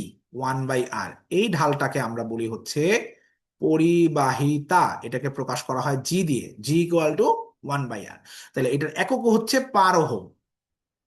ঠিক আছে? এখান থেকে তোমার আসে ভি ইকুয়াল টু আইআর। ওহমের সূত্রের একটা শুরুর লাইন আছে, তাপমাত্রা স্থির থাকলে, তাপমাত্রা স্থির থাকতে হবে, তাপমাত্রা স্থির না থাকলে কিন্তু এই ফর্মুলা কাজ করবে না। ঠিক আছে? তো এটা গেল আমার। এরপরে 3.8 বিদ্যুৎ শক্তি বা ক্ষমতা। এটা আসলে এই জিনিসটা কোথা থেকে আসছে শোনো, আমরা তোমাকে চ্যাপ্টারের শুরুতে দেখাইছিলাম V equal to W by Q. সেখান থেকে আমি বলতে পারি ডাব্লিউ ইকুয়াল টু হচ্ছে ভি কিউ। সেখান থেকে আমি বলতে পারি ডাব্লিউ ইকুয়াল টু ভিআইটি। মাত্রই শিখলাম ভি ইকুয়াল টু আইআর। তার মানে আমি চাইলে এটা ভি ইকুয়াল টু আইআর বসাই, এটাকে বলতে পারি আই স্কোয়ার আর টি। আবার আই সমান সমান ভি বাই আর, এটা বসায় বলতে পারি এটা সমান সমান হচ্ছে ভি স্কোয়ার বাই আর টি। তার মানে আমার আবার একটা জিনিস হচ্ছে, তোমার আধান যাওয়ার সময় যে পরিমাণ কাজ করবে ওইটা তার মধ্যে তাপ শক্তি তৈরি করবে। তার মানে যাহাই ডাব্লিউ তাহাই এইচ। তাহলে আমি এই পুরাটাকে একবারে ফর্মুলা লিখতে পারি H equal to VIT I square R T, আরেকটা বলতে পারি V square by R T. আবার আমি যদি সকল পক্ষকে টি দিয়ে ভাগ করে দেই, তাহলে এটাই হয়ে যাবে পি। পি সমান সমান হচ্ছে এইচ বাই টি। তাহলে এইচ বাই টি সমান সমান হবে ভিআই আই স্কোয়ার আর এবং ভি স্কোয়ার বাই আর, এটা হবে। এখন আমরা কোন সময় কোন ফর্মুলা ব্যবহার করব তোমাকে একটু বলে দেই, শোনো। যদি বলে নির্দিষ্ট একটি সার্কিটে, তাইলে সবসময় বুঝবা ভি ধ্রুবক। নির্দিষ্ট একটা সার্কিটে অলওয়েজ কে ধ্রুবক? ভি ধ্রুবক। ঠিক আছে? তখন আমরা সমীকরণ ব্যবহার করব পি সমান সমান ভি স্কোয়ার বাই আর, অথবা পি সমান সমান ভিআই। কোনটা ব্যবহার করব? যদি কারেন্ট জানতে চায় তো পি ইকুয়াল টু ভিআই, যদি রোধ জানতে চায় তাহলে P equal to V square by R. কেমন? ভি এর মান ধ্রুবক হইলে আমি কি বলতে পারবো না পি সমানুপাতিক আই, অথবা পি সমানুপাতিক 1/r বলতে পারবো, যদি ভি ধ্রুবক হয়, যদি আর কি। কেমন? ওই হিসেবে আই বা আর যেটা জানতে চাই আমরা এটা বসাই দিতে পারি, বের করতে পারবো। একটু পরে অঙ্ক করতে গেলে তুমি বুঝবে আমরা কোন সময় কোনটা ব্যবহার করি, তোমার মাথায় আসবে। আপাতত ক্ষমতা আমরা অলরেডি পড়ে ফেলছি, ক্ষমতা মাত্রই পড়লাম, এই এই ফর্মুলাগুলো আমরা পড়ে ফেলছি। একটা বাড়তি জিনিস লাগবে, বিওটি মানে কি? বিওটি মানে কে বলতে পারে? বিওটি মানে কি? Board of trade unit. BOT, 1 BOT মানে কত জুল, এটা পরীক্ষায় বহুবার আসছে, খুবই ইম্পর্টেন্ট। 1 kilowatt hour. এটা আমরা পারি, এটা তো অত কঠিন কিছু না। এইখানে একটা জিনিস ভালো করে খেয়াল করো, দুই 500 ওয়াটের বাতি আর 50 ওয়াটের বাতি, কোন বাতির ফিলামেন্ট সরু, কোন বাতির ফিলামেন্ট মোটা? এখানে একটা জিনিস খেয়াল রাখতে হবে, পি সমান সমান ভি স্কোয়ার বাই আর। এই সূত্র থেকে আমরা চাইলে যে কোনো বাতির রোধ বের করতে পারি। কেন আমরা P equal to I square R থেকে রোধ বের করি না? কারণ হচ্ছে একটা বাতির মধ্যে কতটুকু কারেন্ট যাবে এটা ফিক্স না, কতটুকু ভোল্টেজ থাকবে এটা ফিক্সড। কারণ যে কোনো বাতি 220 ভোল্টে কাজ করে। তাইলে আমরা P equal to I square R এখানে বাতির রোধ ব্যবহার করার জন্য বের করার জন্য ব্যবহার করতে পারবো না, আমরা P equal to B square R ব্যবহার করবো। তাহলে আমি বুঝতেই পারতেছি পি সমানুপাতিক 1/r, তার মানে যেই বাতির রোধ যত বেশি তার ক্ষমতা তত কম। তার মানে 100 ওয়াটের বাতির তুলনায় 500 ওয়াটের বাতির কিন্তু রোধ কম। বুঝছো তো? কারণ পি সমানুপাতিক 1/r, 500 ওয়াটের বাতির ক্ষমতা বেশি, তার মানে তার রোধ কম। এখন তুমি চিন্তা করো, 50 ওয়াটের বাতির তুলনায় অবশ্যই 500 ওয়াটের বাতির কিন্তু রোধ কম হবে। আর আমরা জানি রোধ সমানুপাতিক আবার 1/a, তাহলে যার রোধ কম তার কিন্তু ফিলামেন্ট কি হবে, মোটা হবে বেশি। কারণ এ এর মান যত বেশি হবে তত কি হবে, রোধ কমে যাবে। তো এই জন্যই দেখো বলছে যে 500 ওয়াটের বাতির তুলনায় 50 ওয়াটের বাতির ফিলামেন্ট মোটা, সরি 500 ওয়াটের বাতির ফিলামেন্ট 50 ওয়াটের তুলনায় মোটা এবং রোধের মান কম। এই জন্য কিন্তু 500 ওয়াটের বাতির দাম বেশি। যেই জিনিসের রোধ যত কম সেটা তত এক্সক্লুসিভ, তত প্রিমিয়াম। কারণ দুনিয়াতে তোমার যে কোনো সস্তা জিনিসের রোধ বেশি। যেমন মানুষের তো জীবন খুবই সস্তা। মানুষের রোধের মান কত জানো?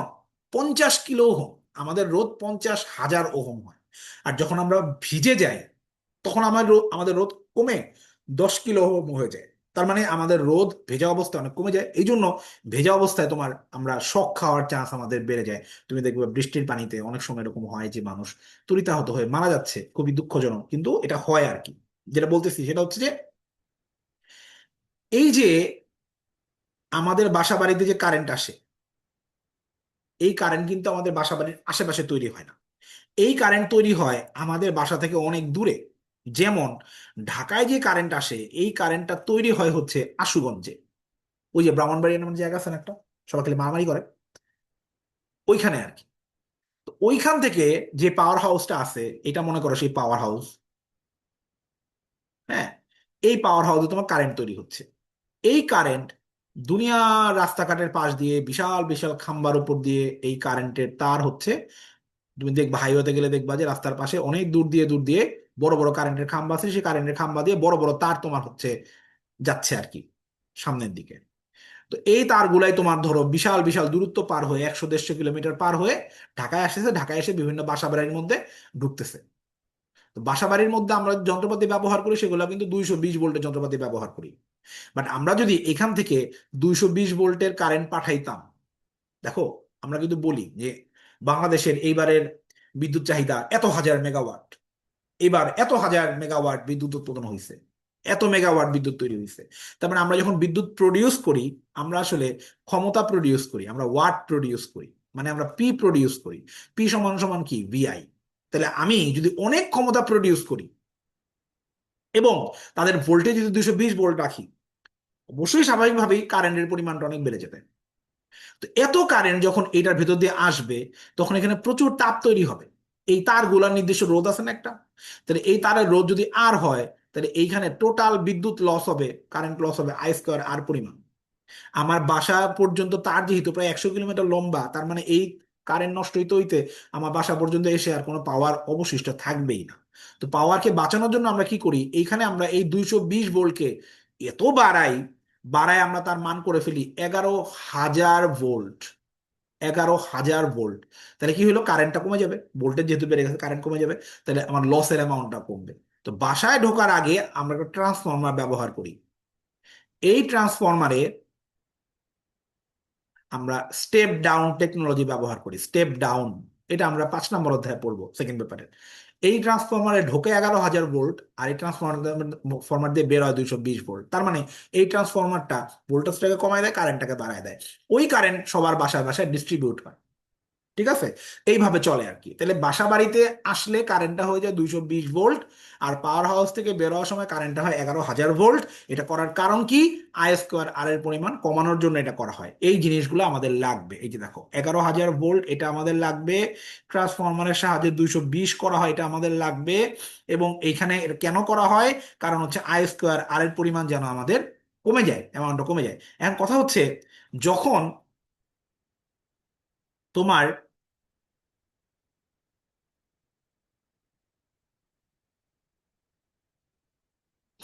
যখন তোমার বাসা বাড়িতে কারেন্ট ঢুকলো, এই যে অনেকগুলো বাসা, এই বাসাতে ট্রান্সফরমার থেকে যখন কারেন্ট এসে ঢুকলো, কারেন্টের পরিমাণ কিন্তু এখানে অনেক বেশি, অনেক বাসাতে সে ডিস্ট্রিবিউট করবে। কোনো কারণে যদি ডিস্ট্রিবিউশনে গন্ডগোল হয়, কোনো একটা বাসায় যদি বেশি অ্যামাউন্টের কারেন্ট ঢুকে যায়, তাহলে ওই বাসার যন্ত্রপাতি ফ্রাই হয়ে যাবে।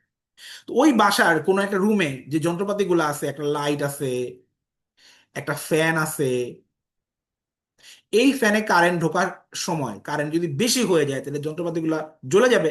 যন্ত্রপাতি জ্বলার আগেই আমি বাসায় একটা নিরাপত্তা ব্রিজের মতো বানাই, যার নাম হচ্ছে নিরাপত্তা ফিউজ।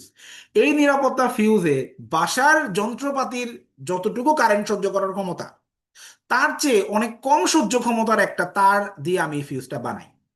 আমার টার্গেট হচ্ছে যন্ত্রপাতি গলে যাওয়ার আগে যেন এই ফিউজটাই গলে যায়, যন্ত্রপাতি যেন বেঁচে যায়। এই ফিউজটা আমরা একটা ধাতুর সংকর দিয়ে বানাই, কারণ বিশুদ্ধ ধাতুর গলনাঙ্ক অনেক বেশি, বিশুদ্ধ ধাতু সহজে গলে না। তো আমরা একটা কম রোধ সম্পন্ন এবং কম গলনাঙ্ক সম্পন্ন, মাত্র 300 ডিগ্রি সেলসিয়াস তাপমাত্রায় যে গলে যাবে এমন একটা তার দিয়ে আমরা এটাকে বানাই। কেমন সেই তারের মধ্যে সীসার অ্যামাউন্ট থাকে হচ্ছে 75%, আর টিনের অ্যামাউন্ট থাকে হচ্ছে তোমার 25%, যেটাকে অনুপাত করলে হয় 3:1। এটাকে আমরা মনে রাখবো সিটি ইকুয়াল টু 3:1। এটা দিয়ে নিরাপত্তা ফিউজ বানানো হয়। নিরাপত্তা ফিউজ বানানোর উদ্দেশ্য কি? বাসার যন্ত্রপাতিকে এই বিপুল পরিমাণ কারেন্টের হাত থেকে বাঁচানো, এবং এটার তোমার হচ্ছে গলনাঙ্ক খুবই কম, 300 ডিগ্রি সেলসিয়াস। এটার রোদের মানও খুবই কম, কারণ এটা রোদের মান যদি বেশি হয়, তাহলে সে বাসার ভেতরে কারেন্ট ঢোকার আগে সে নিজেই অনেক কারেন্ট ড্রপ করে ফেলবে, আই স্কোয়ার আর এর পরিমাণ ড্রপ করে ফেলবে। এই জন্য তার রোধ যত কম থাকে তত ভালো আর কি। কেমন? তো এটা হচ্ছে নিরাপত্তা ফিউজের পড়াশোনা। নিরাপত্তা ফিউজে দেখো আমাদের এই যে কম গলনাঙ্কের তার যুক্ত করা হবে, 3 ভাগ সীসা 1 ভাগ টিন, এই মিশ্রণে 75 আর 25 করে থাকে।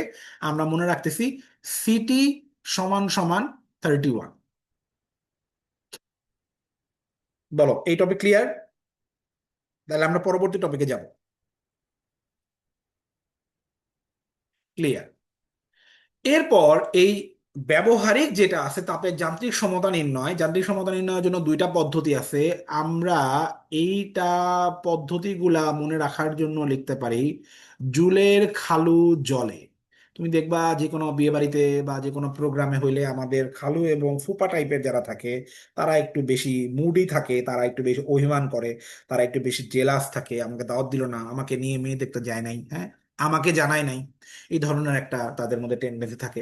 আরেকবার কবুল বলেন, আমার সামনে কবুল বলে নাই মেয়ে, তা আমার এটা এই কবুল হয় নাই, এরকম থাকে আর কি। খালু ফুপা সম্পর্কের লোক যারা থাকে তাদের এই প্রবলেম থাকে। তো আমরা এটাতে মনে রাখবো জুলের খালুর জলে। জুল মানে জুল ক্যালোরিমিটার, খালু মানে হচ্ছে তুমি দেখতেই পাচ্ছ ক্যালেন্ডার, আর একটা হচ্ছে জলে মানে বার্ন হওয়া, মানে বার্নের পদ্ধতি, জুলের খালুর জলে। কেমন? এটাতে মনে রাখবো। তড়িৎ কোষ, তোমাকে বলছিলাম তড়িৎ কোষের সমবায় 3 প্রকার। তড়িৎ কোষ কিন্তু 3 প্রকার না, তড়িৎ কোষের সমবায় 3 প্রকার। তড়িৎ কোষ মানে সোজা বাংলায় হচ্ছে ব্যাটারি। ব্যাটারির জন্য কি লাগবে আমাদের? এক্সাম্পল লাগবে। ব্যাটারি কয় প্রকার? 2 প্রকার দেখতে পাচ্ছ, প্রাথমিক কোষ বা মৌলিক কোষ, আর একটা হচ্ছে সঞ্চয়ী কোষ। সঞ্চয়ী কোষের সবগুলার নাম দেখো সঞ্চয় দিয়ে শুরু, তাহলে আমরা সঞ্চয় দিয়ে মনে রাখতে পারবো। সঞ্চয়ী ছাড়া যে কোনো নাম হইলে সেটা প্রাথমিক কোষই হবে। সঞ্চয়ী কোষ কোনগুলা? তোমার মোবাইল ফোনের ব্যাটারি বা তোমার ল্যাপটপের ব্যাটারি, এই সবগুলো হচ্ছে সঞ্চয়ী কোষ। এগুলাকে বারবার চার্জ করা যায়। আর মৌলিক কোষ কোনগুলা? গাড়ি যে যখন চলে, গাড়ির তোমার প্রাইভেট কারের যে ব্যাটারি থাকে, সেই ব্যাটারিগুলোকে আমরা মৌলিক কোষ বলি। এগুলোকে বারবার তোমার চার্জ না করে এটার মধ্যে কেমিক্যাল চেঞ্জ করে দিতে হয়। যে গাড়িটাকে যখন আমি রিচার্জ করবো, তার কেমিক্যালটা আমি চেঞ্জ করে দিব। তোমার যেমন ধরো আইপিএস এর ব্যাটারি হচ্ছে রিচার্জ করে, বাট একটা পর্যায়ে গিয়ে এটাকে আমরা আবার কেমিক্যালটাকে আমরা চেঞ্জ করে দিই। তো এগুলাকে আমরা বলি হচ্ছে তোমার মৌলিক কোষ বা প্রাথমিক কোষ বলি আর কি। এখন মৌলিক কোষ বা প্রাথমিক কোষ পড়তে গিয়ে দুইটা জিনিস আমাদের বইতে ব্যাখ্যা করছে, একটা হচ্ছে তড়িৎচালক শক্তি, একটা হচ্ছে অভ্যন্তরীণ রোধ। এটার জন্য আমি একটা ফাঁকা পাতা নিছি, এই পাতা আমি একটু বলবো, ব্যাখ্যা করব, শুনবা। দেখো, তুমি দেখবা আমাদের বইতে যখন কোনো সার্কিট রাখা থাকে, মাঝে মাঝে তুমি দেখবা ব্যাটারির সাথে একটা এক্সট্রা ছোট টাইপের রোধ দেয়া থাকে। এটার নাম হচ্ছে ক্যাপিটাল আর, এটার নাম হচ্ছে স্মল আর। এইটা হচ্ছে আসলে ব্যাটারির অভ্যন্তরীণ রোধ। ব্যাটারির অভ্যন্তরীণ রোধ মানে কি? তুমি একটা পেন্সিল ব্যাটারি চিন্তা করো। পেন্সিল ব্যাটারির ভিতরে কিন্তু কিছু না কিছু কেমিক্যাল থাকে। এই কেমিক্যালগুলোর অবশ্যই রোধ থাকবে, যে কোনো পদার্থ কিন্তু রোধ ছাড়া হওয়া অসম্ভব। তাহলে এই কেমিক্যালগুলোর নিজের রোধটাকে বলে ইন্টারনাল রোধ বা অভ্যন্তরীণ রোধ। এখন এই অভ্যন্তরীণ রোধটা আসলে পিছনে আঁকাটা ভুল। আঁকা উচিত ছিল এইভাবে, এইভাবে আঁকা উচিত ছিল, বুঝছো? কারণ ব্যাটারি নিশ্চয়ই এরকম পিছনে রোধের পোটলা নিয়ে ঘোরে না, ব্যাটারির রোধটা তো তার মাঝখানে, তাই না? তো এইটাকে আমরা বলি অন্তরোধ, আর এইটাকে আমরা বলি বহিরোধ, যেটা আসলে ওই বর্তনীর রোধ। আর বর্তনীর রোধ বলতে কিন্তু আসলে বাসার যন্ত্রপাতিকেই বোঝানো হয়। আমরা যখন বাসায় লাইট লাগাই, ফ্যান লাগাই, আমরা আসলে রোদ লাগাই।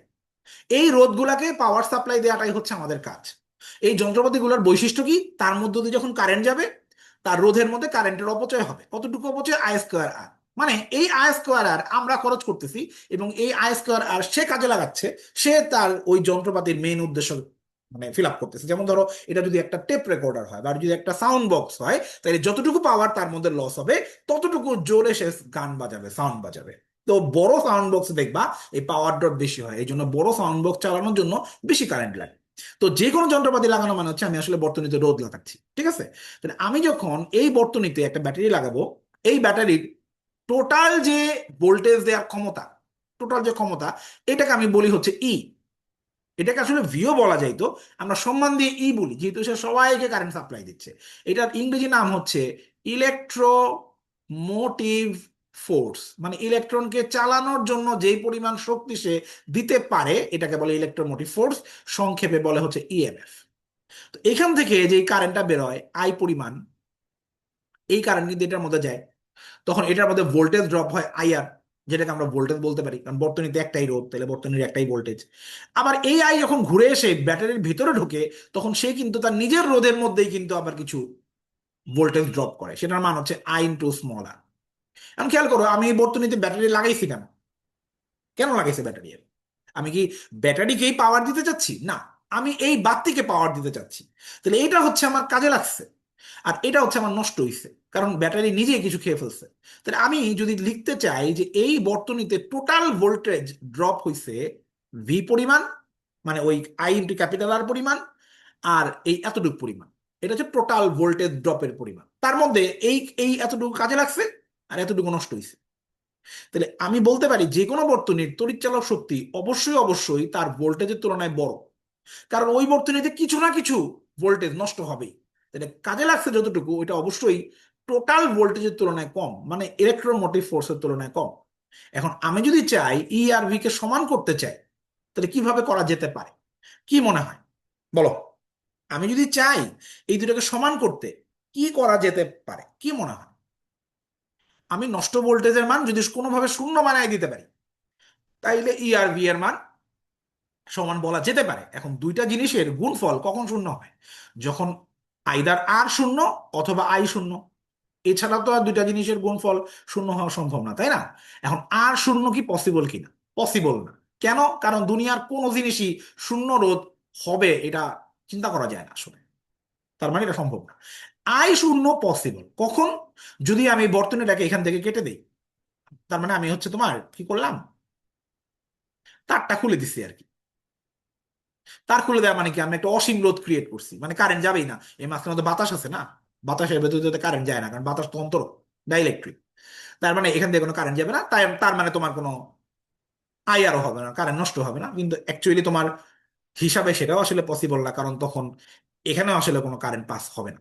কিন্তু থিওরিটিক্যালি এটা বলা যেতে পারে যে একটা খোলা বর্তনীতে, যেই বর্তনীর কিছু তার আমরা খুলে রাখছি, সেই বর্তনীতে আয়ের মান শূন্য হবে, তখন আমি বলতে পারি ই আর ভি সমান হবে।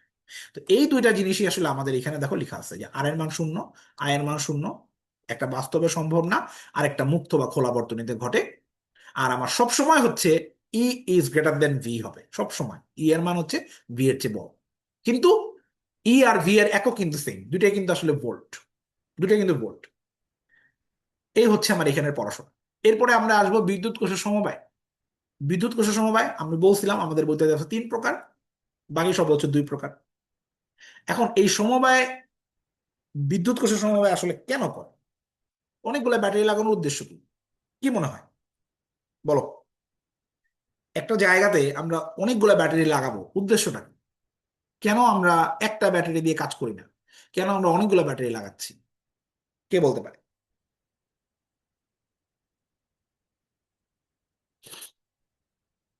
হুম, পারবে না? আমরা এনার্জি সাপ্লাই বাড়ানোর জন্য করি এটা। ধরো কোনো জায়গাতে ওয়াজ মাহফিল হচ্ছে, কোনো একটা মাঠে বা ময়দানে নিশ্চয়ই হবে। তো মাঠে যখন ওয়াজ মাহফিল হবে, সেখানে আমার অনেক মাইক লাগাইতে হবে, তার মানে আমার অনেক তোমার হচ্ছে পাওয়ার লাগবে। তখন আমি কি করি? মাল্টিপল ব্যাটারি নিয়ে আসি। এখন অনেকগুলো ব্যাটারি যখন আনবো, তাদেরকে কিভাবে লাগাইলে ভালো? এটা নিয়ে হচ্ছে আমাদের ডিবেট। এখন সবাই বলবে যে তাদেরকে সিরিজে লাগাইলেই ভালো। এখন সিরিজে লাগাইলে কি কাহিনী হয় আমি তোমাকে বলি। সিরিজে লাগাইলে কি কাহিনী হয়? সিরিজে লাগাইলে ধরো এটা হচ্ছে মনে করো তোমার ওই ওয়াজ মাহফিলের মাইক গুলা একসাথে একটা বড় আর দিয়ে লিখলাম, ঠিক আছে? ওইখানে আমি মনে করো ব্যাটারি লাগাইলাম, ধরো কথার কথা 3টা, এবং সিরিজে লাগাইছি। তাহলে কি হবে দেখো, এইটার মনে করো তড়িৎচালক শক্তি ই, এটারও মনে করো ই, এটারও মনে করো ই, তাহলে ওই ব্যাটারির টোটাল তড়িৎচালক শক্তি হচ্ছে এনই। একটু আগে ভাইয়া তোমাকে একটা জিনিস দেখাইছিলাম যে I R plus I to small R, এটা দেখাইছিলাম। তাহলে আমি কিন্তু এখান থেকে বলতে পারি আই সমান সমান ই বাই আর প্লাস আর, এটা এই ফর্মুলা কিন্তু আমরা আনতে পারি। ব্যাটারি তড়িৎচালক শক্তিকে বহিরোধ আর অন্তরোধের যোগফল দিয়ে ভাগ করলে তড়িৎ প্রবাহ পাওয়া যায়। কেমন? তাহলে এইখানে আমার মোট তড়িৎচালক শক্তি হচ্ছে এনই, এবং প্রত্যেকটার ভিতরেই কিন্তু একটা করে স্মল আর আছে, প্রত্যেকটার ভিতরেই আছে। যেহেতু কোষগুলা সিরিজে আছে, তাহলে আর গুলাও সিরিজে আছে। তাহলে এই ব্যাটারির মোট রোধ হচ্ছে ওই উপরের ক্যাপিটাল আর, আর নিচের যতগুলা স্মল আর আছে। আমি তো 3টা লাগাইছি, 3 আর হবে, এনটা লাগাইলে এন আর হবে। তাহলে আমার ফর্মুলা হচ্ছে এইটা, যে ওই বর্তনীর কারেন্ট হবে এনই বাই আর প্লাস এন আর। এখন যদি এটা সিরিজ না হয়ে প্যারালাল হতো তাহলে কি হতো জানো? ধরো আমি সার্কিট গুলাকে মানে ব্যাটারি গুলাকে প্যারালাল লাগাইছি। প্যারালাল লাগাইলে নিয়ম হচ্ছে কারেন্ট সেটা দিয়েই যাবে যেটার ভোল্টেজ বেশি। এখন আমি 3টারই যদি ভোল্টেজ সেম করে ফেলি, তাহলে এই সবগুলার ভোল্টেজ ই, মানে এই পয়েন্ট থেকে এই পয়েন্টের তড়িৎচালক শক্তির পার্থক্য হবে ই, মানে টোটালটাই একটা হিসেবে কাজ করবে, যার মান হচ্ছে ই। কেমন? আর এটার সাথে আমি হচ্ছে একটা আর লাগাই দিছি। আর ভালো করে খেয়াল করো, এইখানে 3টা রোধ, 3টা আর আছে, 3টা আর আছে কিন্তু এখানে 3টা আর আছে না? এই 3টা আর কি করবে জানো? এই 3টা আর হচ্ছে প্যারালালি আছে। আমরা জানি তোমার সমান সমান সমান আর যদি প্যারালাল থাকে, 3টা থাকলে আর বাই 3, 4টা থাকলে আর বাই 4, এনটা থাকলে আর বাই এন হবে। তাহলে এখন রোধের মান কত? R plus R by N. তাহলে এখন আমার কারেন্ট কত হবে? I equal to by by R plus small R by N. আমি এখানে অবশ্যই আমি মানে এন দিয়ে উপরে যে গুণ করে দিতে পারি। দেখো গুণ করলে কি হবে? উপরে হবে এনই, নিচে হবে এন আর প্লাস হচ্ছে আর। হবে না বলো? হবে তো। এখন তুমি খেয়াল করো মৌমিতা, আমি যদি একটা ব্যাটারি ব্যবহার করতাম, একটা ব্যাটারি, তাহলে ওই ব্যাটারির জন্য আমি বলতে পারতাম যে আমার হচ্ছে মনে করো কথার কথা তুমি এটার কথাটা চিন্তা করো, এটার কথাটা চিন্তা করো, এটার কথাটা চিন্তা করো। আমি সিরিজে লাগাইছি মনে করো, বাট আমার এনআর মনে করো অনেক বড়, এনআর অনেক বড় আর এর তুলনায়। আমি কি করলাম, এনার এত বেশি বড়, মানে আমি এত বেশি পরিমাণ তোমার হচ্ছে ব্যাটারি আনছি। মনে করো 500 ব্যাটারি নিয়ে আসছি আমি, তাহলে তার মধ্যে 500 ইন্টু আর, যেটা তোমার বহিরোধ মানে যে মাইকের তুলনায় আমার ব্যাটারির পাওয়ার অনেক বেশি, তো ব্যাটারির অভ্যন্তরীণ রোধ বেশি। আমি লাগাইছি সিরিজে। তাহলে কি হবে তা জানো? তোমার হচ্ছে এই ক্যাপিটাল আর তো এনারের চাইতে অনেক ছোট কল্পনা করা যায়। লাইক এটা যদি 1 কোটি টাকা, এটা হচ্ছে 1 টাকা।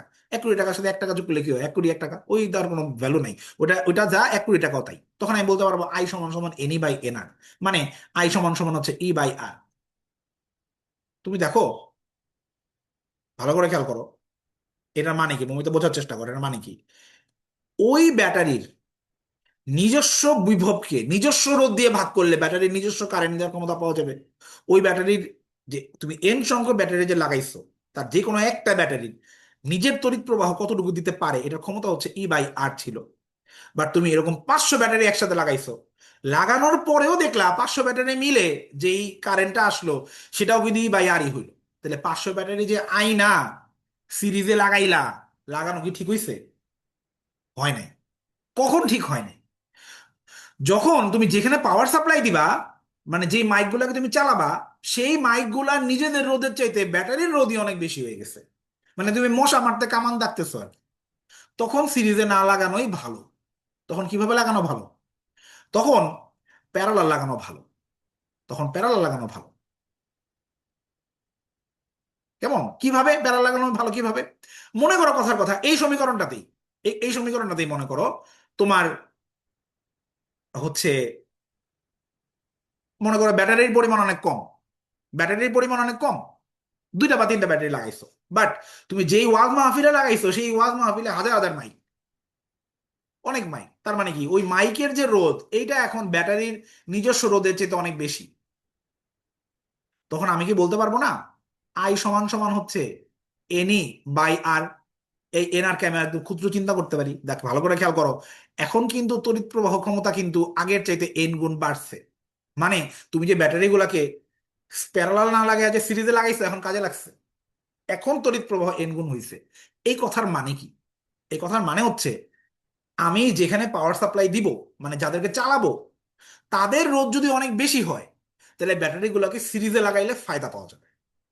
বাট আমি যেখানে লাগাবো তাদের যদি নিজেদের রোধ অনেক কম হয় ব্যাটারির তুলনায়, মানে আমি খুব কম জায়গায় পাওয়ার দিব আমি আর কি, তখন ব্যাটারি গুলাকে সিরিজে লাগাইলে কোনো ফায়দা নাই। একটা ব্যাটারি লাগাইলেও তুমি যা পাওয়ার পাবা, অনেকগুলো ব্যাটারি লাগাইলেও তুমি সেই পরিমাণ কারেন্টই পাবা। এইবার দেখো আবার প্যারালালটা খেয়াল করো।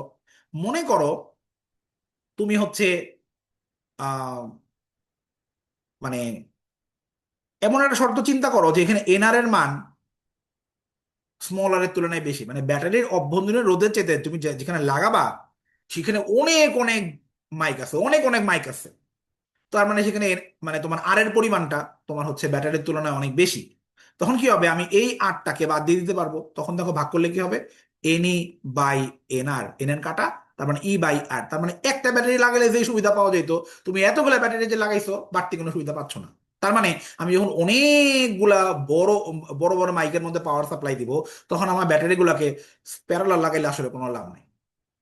হ্যাঁ, যদি আমার জিনিসপত্রের পরিমাণ কম হয়, মনে করো আমার এনআর এর পরিমাণই অনেক কম, আমার ব্যাটারির নিজস্ব রোধই অনেক বেশি, এনআর এর পরিমাণ কম, তখন দেখো প্যারালাল লাগালে সুবিধা আছে। তুমি দেখো তখন আমার কি হবে, এন ই, এনআর তো তখন জিরো হয়ে যাবে, শুধু আর থাকবে, আর এর তুলনায় এনআর এর মান অনেক কম হবে। তখন দেখো আমার কিন্তু কারেন্টের পরিমাণ এন গুণ হয়ে যাচ্ছে। তাহলে আমি এই জিনিসটাকে একটু তোমার জন্য বাংলায় সামারি করি। সামারিটা কিরকম দেখো, যদি বহিরোধ বড় হয়, মানে কি ওয়াজ মাহফিলের মাইকের পরিমাণ ব্যাটারির তুলনায় অনেক বেশি, বহিরোধ বড় হয় কার চেয়ে, অন্তরোধের চেয়ে, তাহলে সিরিজে লাগালে উত্তম। কেন? সিরিজে লাগালে প্রবাহের মান বাড়বে।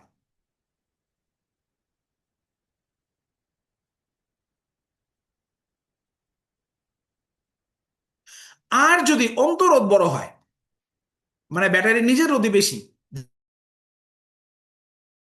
যেখানে লাগাবা সেইখানে তোমার হচ্ছে মানে অত বেশি মাইক টেক নাই, তাহলে কিভাবে লাগালে উত্তম?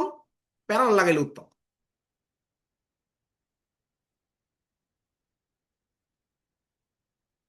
দেখো লাইন দেওয়া তোমাকে দেখাই, এই যে দেখো, কাজেই যখন ব্যাটারির অভ্যন্তরীণ রোধ বহির্বর্তনীয় রোধ অপেক্ষা বেশি হয়, মানে কি অভ্যন্তরীণ রোধটা বেশি, তখন কিভাবে লাগাইলে ভালো? সমান্তরাল লাগাইলে ভালো। আর যখন তোমার হচ্ছে বহির্বর্তনীয় রোধ যখন বেশি কার থেকে, অভ্যন্তরীণ রোধের চেয়ে কার বেশি, বহির্বর্তনীয় রোধ বেশি, তখন শ্রেণী সমবায় লাগাইলে প্রবাহ মাত্রা বৃদ্ধি পায়। বলো এটাকে বুঝছো কিনা? এইবার আমি তোমাকে একটা শর্টকাট দিই।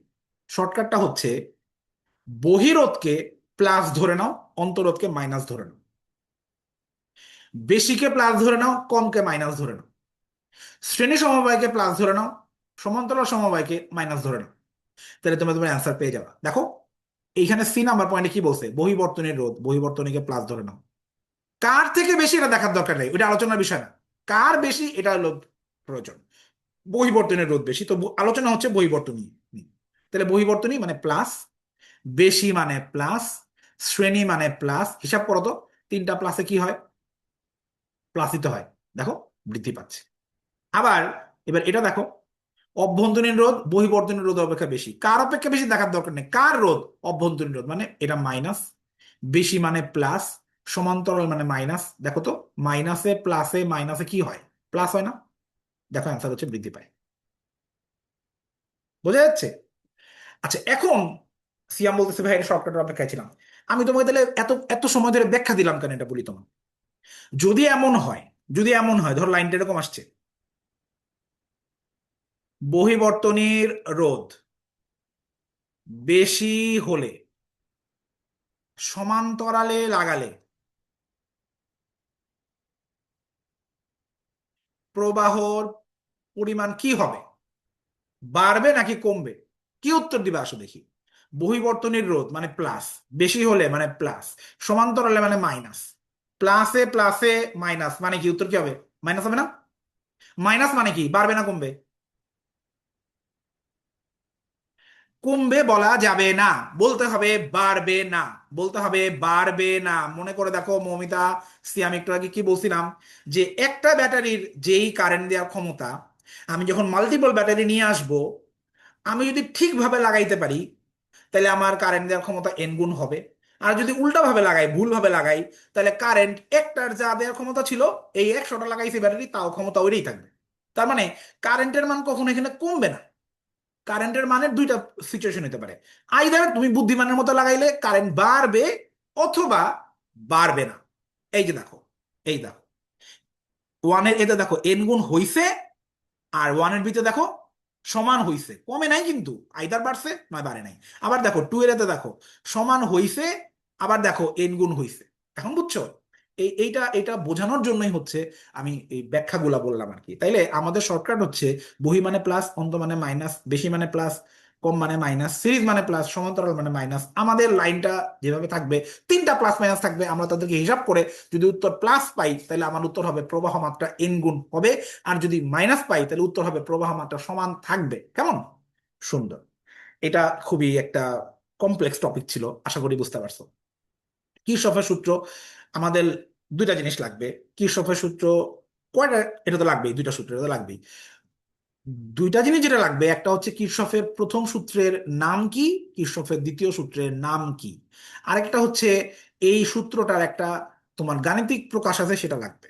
গাণিতিক প্রকাশ, দেখো প্রথম সূত্রকে বলা হয় প্রবাহ মাত্রা সূত্র, দ্বিতীয় সূত্রকে বলা হয়, আচ্ছা দুইবার দুইবার আসছে স্লাইডে এটা। প্রথম সূত্রকে বলা হয় প্রবাহ মাত্রা সূত্র, এটাকে আরেকটা বলা হয় জাংশন উপপাদ্য বলা হয়, জাংশন। আর দ্বিতীয় সূত্রকে বলা হয় ভোল্টেজ সূত্র, এটাকে লুপ উপপাদ্য বলা হয়, লুপ উপপাদ্য। আচ্ছা, প্রথম সূত্রের গাণিতিক প্রকাশ হচ্ছে এটা, সামেশন অফ আই সমান সমান 0। আর দ্বিতীয় সূত্রের গাণিতিক প্রকাশ হচ্ছে এইটা। এটার বাংলা মানে হচ্ছে কি জানো? তুমি যত ভোল্টেজ দিবা, তত ভোল্টেজ বর্তনী খেয়ে ফেলবে। তার মানে বর্তনীতে ভোল্টেজ আপ আর ভোল্টেজ ডাউন দুইটার অ্যামাউন্ট সেম হবে, আর ভোল্টেজ ড্রপ আর ভোল্টেজ যতটুকু প্রোভাইড করছো সেম থাকবে। এইটাকে ভাইয়া একটু এইভাবে সুন্দর করে গুছায় লিখে দিছি, দেখো। গাণিতিক প্রকাশগুলো লাগবে। ও ভালো কথা, এখানে একটা কথা আছে, যদি কোনো ব্যাটারি না থাকে,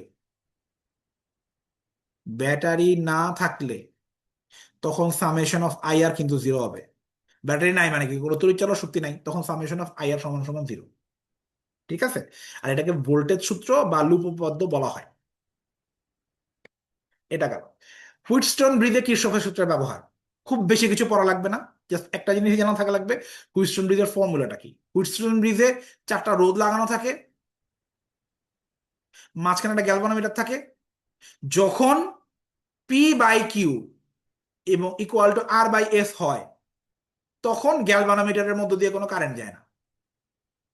তার মানে এই বর্তনী ভারসাম্য অবস্থায় থাকে, সাম্য অবস্থায় থাকে। এতটুকু জানতে হবে জাস্ট। তাইলে হুইটস্টোন ব্রিজে গ্যালভানোমিটারের ভেতর দিয়ে প্রবাহ শূন্য, এবং তারা সাম্যাবস্থায় থাকবে কখন, যখন P by Q equal to R by S হয়। হুইটস্টোন ব্রিজের কাজ কি? হুইটস্টোনের কাজ হচ্ছে তিনটা রোধ দেওয়া থাকবে, চতুর্থ বাহু রোধটা বের করতে হবে, এটা হচ্ছে হুইটস্টোন ব্রিজের কাজ। হুইটস্টোন ব্রিজ কি দিয়ে বানানো হয়েছে? কিরশফের সূত্র দিয়ে বানানো হয়েছে। শোনো, হুইটস্টোন ব্রিজ হচ্ছে কিরশফের সূত্রের ব্যবহারিক প্রকাশ। আমাদের বইতে যত ইলেকট্রনিক যন্ত্রপাতি আছে, পোস্ট অফিস পোটেনশিওমিটার আর হচ্ছে তোমার মিটার ব্রিজ, সবগুলাই হুইটস্টোন ব্রিজ নীতি ব্যবহার করে বানানো হয়েছে, সবগুলাই। আমরা এই যে কোনটা কি দিয়ে বানানো হয়েছে, এগুলাকে আমরা একবারে পড়ে ফেলবো এখান থেকে। তুমি দেখো, পোস্ট অফিস বক্স, পোটেনশিওমিটার এবং মিটার ব্রিজ সবগুলাই বানানো হয়েছে হুইটস্টোন ব্রিজ থেকে। দেখো, সবগুলোর মধ্যে Wheatstone bridge, Wheatstone bridge, Wheatstone, সবগুলোর মধ্যে সেম কথাবার্তা লেখা আছে। শুধুমাত্র হুইটস্টোন ব্রিজকে নিজেকে বানানো হয়েছে কৃষ্ণ সূত্র ব্যবহার করে। এটার এটার বিশেষত্ব কি? তিনটারও জানা থাকলে 4 নম্বরও জানা যায়। এবার মিটার ব্রিজের বিশেষত্ব কি? এর নামের মধ্যে আছে মিটার, তার মানে এটা 1 মিটার লম্বা। আর এটা দিয়েও দেখো রোধ নির্ণয় করা যায়, এটা দিয়েও রোধ নির্ণয় করা যায়, এটা দিয়েও রোধ নির্ণয় করা যায়, সবগুলো দিয়ে রোধ নির্ণয় করা যায়। মিটার ব্রিজ দিয়ে একটা বাড়তি জিনিস নির্ণয় করা যায়, আপেক্ষিক রোধ। সবগুলা দিয়ে রোধ নির্ণয় করা যায়, মিটার ব্রিজ দিয়ে একটা বাড়তি জিনিস করা যায়, আপেক্ষিক রোধ। তো এটা আমার এটার জন্য জরুরি। আবার সব ক্ষেত্রেই হুইটস্টোন নীতি নীতি ব্যবহার করা হয়, হুইটস্টোন ব্রিজ নীতি ব্যবহার করা হয়। শুধুমাত্র পোটেনশিওমিটারে একটা স্পেশাল পদ্ধতির কথা বলা আছে, বিভব পতন পদ্ধতি। এটা দিয়ে তোমার হচ্ছে তোমার পোটেনশিওমিটার বানানো হয়। তো এইটা একটু ইম্পর্টেন্ট। আবার তুমি দেখো, মিটার ব্রিজের বড় ভাইয়ের নাম হচ্ছে পোটেনশিওমিটার। মিটার ব্রিজ হচ্ছে 1 মিটার লম্বা, আর পোটেনশিওমিটার হচ্ছে 10 মিটার লম্বা। ভালো করে খেয়াল করো তো, এই 10 মিটার লম্বা তারগুলা কি দিয়ে তৈরি? ম্যাঙ্গানিন বা কনস্ট্যান্টাইন দিয়ে তৈরি, যেটার কথা প্রথমে তোমাকে বলছিলাম। ভালো করে খেয়াল করো, পরস্পর সমান্তরাল দশা সুষম তার পরস্পরের সাথে শ্রেণীতে যুক্ত থাকে। এটা আবার মানে কি? মানে এরকম দেখো, তারগুলো এরকম দেখে মনে হচ্ছে তারগুলো সমান্তরাল, তাই না? কিন্তু আসলে তারগুলো শ্রেণী। দেখো, এই মাথা যোগ করে দেই, এই মাথা যোগ করে দেই, এই মাথা যোগ করে দেই, এই মাথা যোগ করে দেই, এই মাথা, এই মাথা, এই মাথা, এই মাথা যোগ করে দিই, দেখো এটা শ্রেণী। কিন্তু টান দিলে লম্বাটা সাপের মতো হয়ে যাবে, রাইট? তাহলে তারগুলো সমান্তরাল ভাবে থাকবে, কিন্তু কানেক্টেড হবে সিরিজে পোটেনশিওমিটারে কিন্তু। কারণ এটা কেন করলো? কারণ জায়গার যেন সংকুলান যেন হয়। লম্বা 10 মিটার তার মানে 30 ফুট তার, এটাকে পেঁচায় পেঁচায় পেঁচায় পেঁচায় সাপের মতো ছোট জায়গাতে নিয়ে আসছি আর কি, এই আর কিছু না। আবার দেখো তোমার পোস্ট অফিস বক্স দেখছো হুইটস্টোন ব্রিজের 3টা বাহুর মধ্যে কাজ করে। তাহলে এইটার কাজটা কি আসলে? এটা ম্যাসিভ ম্যাসিভ লেভেলের রোধ নির্ণয় করতে ব্যবহার করা হয়। অনেক উচ্চ রোধ নির্ণয়ের সময় ব্যবহার করা হয়। এটা একসময় ব্যবহার করা হতো, এখন আর হয় না। তাহলে এই চ্যাপ্টারের মধ্যে সবচেয়ে ওল্ড টেকনোলজি হচ্ছে পোস্ট অফিস বক্স। এটা আমরা এখন আর ব্যবহার করি না, এটা এখন অবসোলেট হয়ে গেছে। তোমার বইতে পোটেনশিওমিটারের প্র্যাকটিক্যালের মধ্যে যা যা লেখা আছে, তোমার বইতে এই যে যা যা লেখা আছে, তারপরে মিটার ব্রিজের ভেতরে যা যা লেখা আছে, যা যা লাগবে, এই সবগুলা ভাইয়া হচ্ছে ওই ছকের মধ্যে গুছাই দিছি। তার মানে এই ছক পড়া হইলে আমার এই বাড়তি করে এই প্র্যাকটিক্যালের ভেতরে পড়ার কোনো দরকার নাই। আমাদের একটা টপিকই বাদ আছে, সেটা হচ্ছে তোমার শান্ট। এটা বাদ আছে। এটা পড়লে আমাদের আজকে চ্যাপ্টার কমপ্লিট হয়ে যাবে, এই চ্যাপ্টার কমপ্লিট হয়ে যাবে। তো শান্ট জিনিসটা কি এটা বোঝানোর জন্য ভাই একটা ফাঁকা জায়গা নেই, মনোযোগ দিয়ে শুনবা। বলো, কে বলতে পারে গ্যালভানোমিটার কি কাজ করে, অ্যামিটার কি কাজ করে, ভোল্ট মিটার কি কাজ করে? এটা কি তোমরা জানো কিনা? গ্যালভানোমিটার হচ্ছে কারেন্ট আছে নাকি নাই এটা বোঝে আর কি। ব্যাস, তার কাজ এতটুকুই, সে আর কোনো কিছু করে না। জাস্ট কারেন্ট আছে নাকি নাই, টেস্টারের মতো কাজ করে আর কি। মানে সে ধরো এরকম একটা যন্ত্র থাকে আর কি, এটার মধ্যে এরকম ঘড়ির মতো দাগ কাটা থাকে, একটা তার একটা এরকম কাটা থাকে। এই কাটা ডানে বামে নড়াচড়া করে। তো যদি কারেন্ট যদি বাম দিক থেকে ডান দিকে যায়, এই কাঁটাটা এইভাবে নড়বে। কারেন্ট যদি ডান দিক থেকে বাম দিকে যায়, এই কাঁটাটা এইভাবে নড়বে আর কি, এদিকে আসতে থাকবে। কেমন? গ্যালভানোমিটারের আর কোনো কাজ নাই। তাহলে সে খুবই সূক্ষ্ম একটা যন্ত্র, যে প্রচন্ড মাত্রায় তড়িৎ সুবিধি, মানে তার ভিতর দিয়ে কারেন্ট খুব ইজিলি পাস করতে পারে। এবং তাকে আমরা বর্তনীতে সিরিজে লাগাই, মাঝে মাঝে প্যারালাল লাগানো হয়। আমি আসতেছি সেই কথাতে। আমরা একে সিরিজে লাগাই কিভাবে জানো? এইভাবে।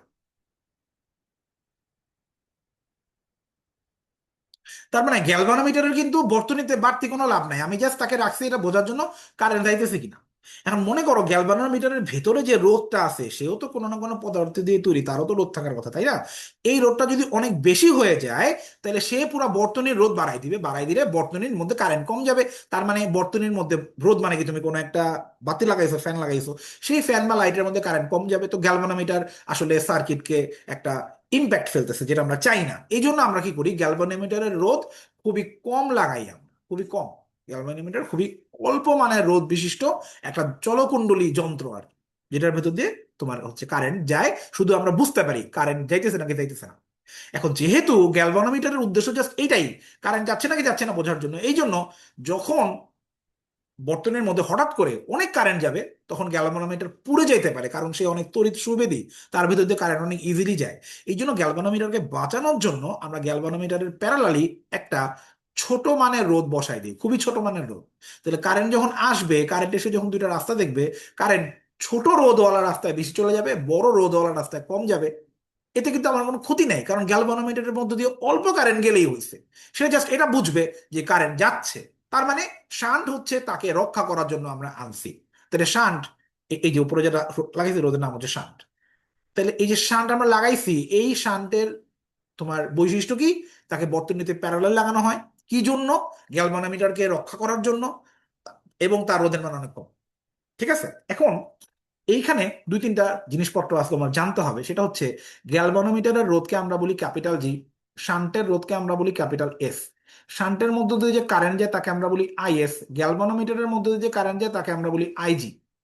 তুমি খেয়াল করে দেখো, আমরা ছোটবেলায় পড়ছিলাম যে প্যারালালি ভোল্টেজ ভাগ হয় না, প্যারালালি কারেন্ট ভাগ হয়। এটাকে মনে আছে বলো তো দেখি? প্যারালালি ভোল্টেজ ভাগ হয় না, কারেন্ট ভাগ হয়, এটা কি মনে আছে? মনে করো এখানে একটা আই আসছে, এই আইটা দুই ভাগে ভাগ হয়েছে, এখানে I1, এখানে I2। তাহলে এখানে হচ্ছে R1, এখানে হচ্ছে R2 মনে করো। তার মানে আমি বলতে পারি যে উপরের রোধের ভোল্টেজ হচ্ছে I1 R1, আর নিচের রোধের ভোল্টেজ হচ্ছে I2 R2, এই দুইটা সেম হয়। তো এই ফর্মুলা অ্যাপ্লাই করে আমি বলতে পারি IS ইন্টু এস, মানে I1 R1 equal to IG into G. এটা আমি বলতে পারি, বলতে পারি না বলো? আবার আমি এটাও দেখো বলতে পারি আইএস সমান সমান, সরি, আইএস বাই আইজি সমান সমান হচ্ছে জি বাই এস। এটা বলতে পারি। আমি এখন কি করবো জানো?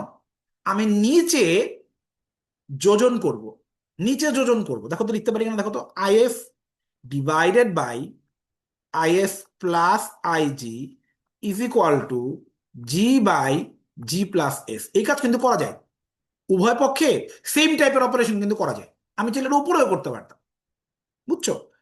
ছোটবেলায় যোজন বিজন করছো না, ওই ধরনের আর কি। দেখো নিচের লাইনটাকে কিন্তু আমি লিখতে পারি আই, মানে বর্তনীর মূল প্রবাহ, সমান সমান capital G by capital G plus capital S. তাহলে আমি এখান থেকে বলতে পারি আই এস সমান সমান I by G plus S into G. একটু ভালো করে ফর্মুলাটা বোঝার চেষ্টা করো। দেখো তো, এই প্যারালাল যে ব্রাঞ্চটা, এই ব্রাঞ্চের দেখো মোট রোধ লিখছি নিচে, আর এই প্যারালাল ব্রাঞ্চে কতটুকু কারেন্ট গেছে, মোট কারেন্ট কতটুকু, এটাকে লিখছি উপরে, ইনটু ক্যাপিটাল জি দিছি। কেন? কারণ আই এর জানতে চাইছে। দেখো শান্টের কারেন্ট যখন আমরা বের করতেছি, তখন এই পাশে কিন্তু শান্টের রোধ গুণ দিচ্ছি না, গ্যালভানোমিটারের রোধ গুণ দিচ্ছি। তাহলে বুদ্ধি করে বলো তো, আই জি এর মানটা কি এটা হওয়া উচিত না? দেখো তো, মূল প্রবাহ বাই টোটাল রোধ ইনটু আইজি যেহেতু চাইছি, এখন আমি আর এই পাশে জি গুণ দিব না, আমি কি গুণ দিব? এস গুণ দিব। দেখো, যেই ব্রাঞ্চের কারেন্ট চাইছি উল্টা ব্রাঞ্চের রোধ গুণ দিব। এই জিনিস কিন্তু আমরা চাইলে এই বর্তনীর জন্য ব্যবহার করতে পারি। আমরা বলতে পারি I1 সমান সমান মূল কারেন্ট বাই টোটাল রোধ ইনটু যেই ব্রাঞ্চের কারেন্ট চাইছি তার উল্টা ব্রাঞ্চের রোধ গুণ দিব। আবার I2 সমান সমান মূল কারেন্ট বাই টোটাল রোধ ইনটু যেই ব্রাঞ্চের কারেন্ট চাইছি ওই ব্রাঞ্চের উল্টা রোধ গুণ দিব। বলো এটা বুঝছো কিনা? এতটুকু ক্লিয়ার কিনা?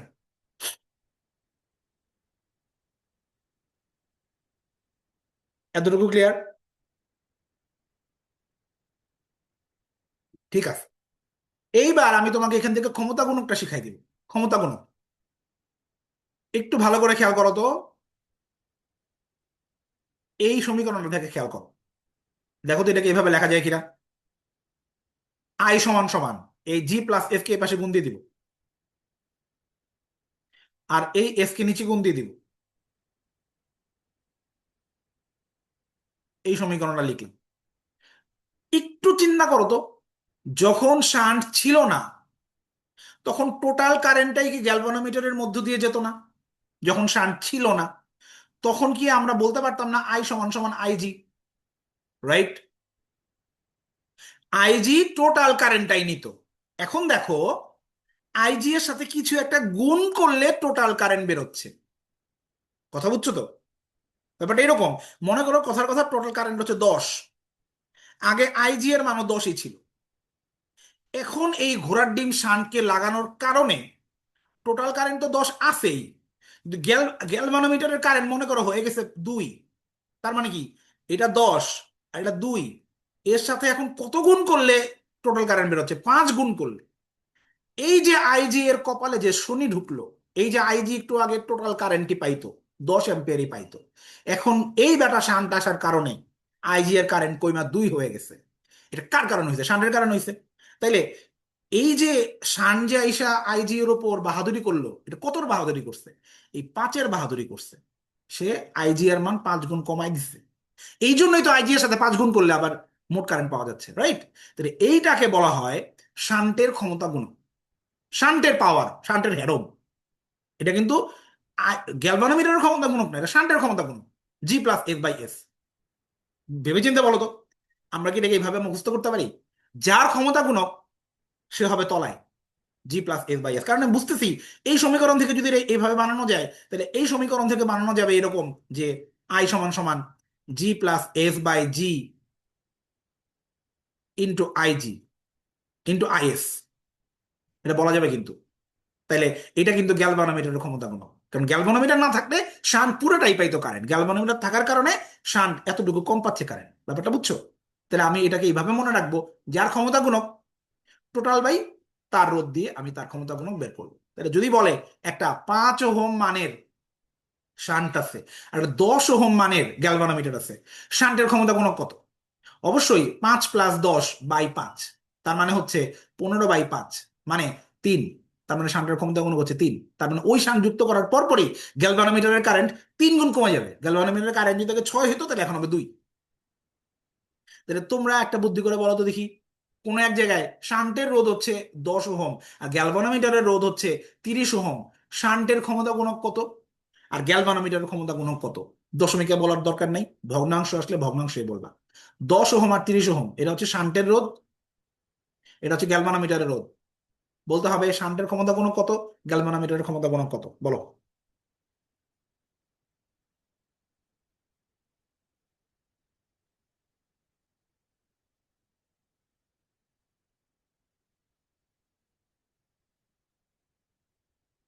কারণ শান্টের হচ্ছে 4, গ্যালভানোমিটারের হচ্ছে 4/3। সুন্দর, ঠিক আছে। দেখো, এই যে আমরা একটু আগে যা যা পড়লাম সেগুলো দেখো ভাই একসাথে করে দিয়েছে। দেখো এই গ্যালভানোমিটার ক্ষমতা গুণকের মান, শান্টের ক্ষমতা গুণকের মান, শান্ট কিন্তু সমান্তরাল লাগানো হয়। গ্যালভানোমিটার ভাই একটু আগে সিরিজের কথা বলছিলাম, গ্যালভানোমিটার কিভাবে সমান্তরাল লাগানো যায় এটা আমি এখনো বলি নাই। দেখো এখানে গ্যালভানোমিটার সমান্তরাল এটা কথা বলা আছে, এটা একটু পরে দেখতেছি। প্রবাহের সমীকরণ আমরা অলরেডি পড়ছি, যদি গ্যালভানোমিটার প্রবাহ চায় এই পাশে শান্টের রোধ গুণ, যদি শান্টের প্রবাহ চায় গ্যালভানোমিটারের রোধ গুণ। আচ্ছা, আর শান্টের প্রয়োগ কোথায় কোথায় দেখা যায় এগুলো দেখো নিচে লিখে দিছি। এইখানে দেখো আছে ভোল্ট মিটার আর অ্যামিটারের কথা আছে। এই ভোল্ট মিটার আর অ্যামিটারের ব্যাপারে এখন আমি কিছু জিনিসপত্র বলবো। ভোল্ট মিটার এবং অ্যামিটার, শোনো। তোমার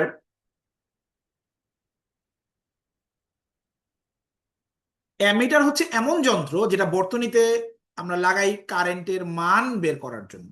তার মানে সে কারেন্ট আছে নাকি নাই তাও বুঝতে পারে, সে কারেন্টের মানও বের করতে পারে। তাহলে অ্যামিটার হচ্ছে ওয়ান কাইন্ড অফ গ্যালভানোমিটার।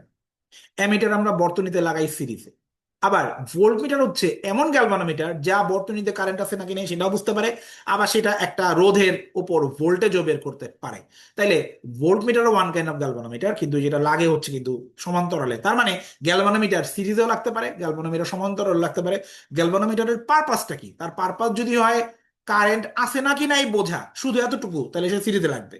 তার পারপাস যদি হয় কারেন্ট আছে নাকি নাই বোঝা প্লাস কারেন্টের মান বের করা, তাহলেও সিরিজে।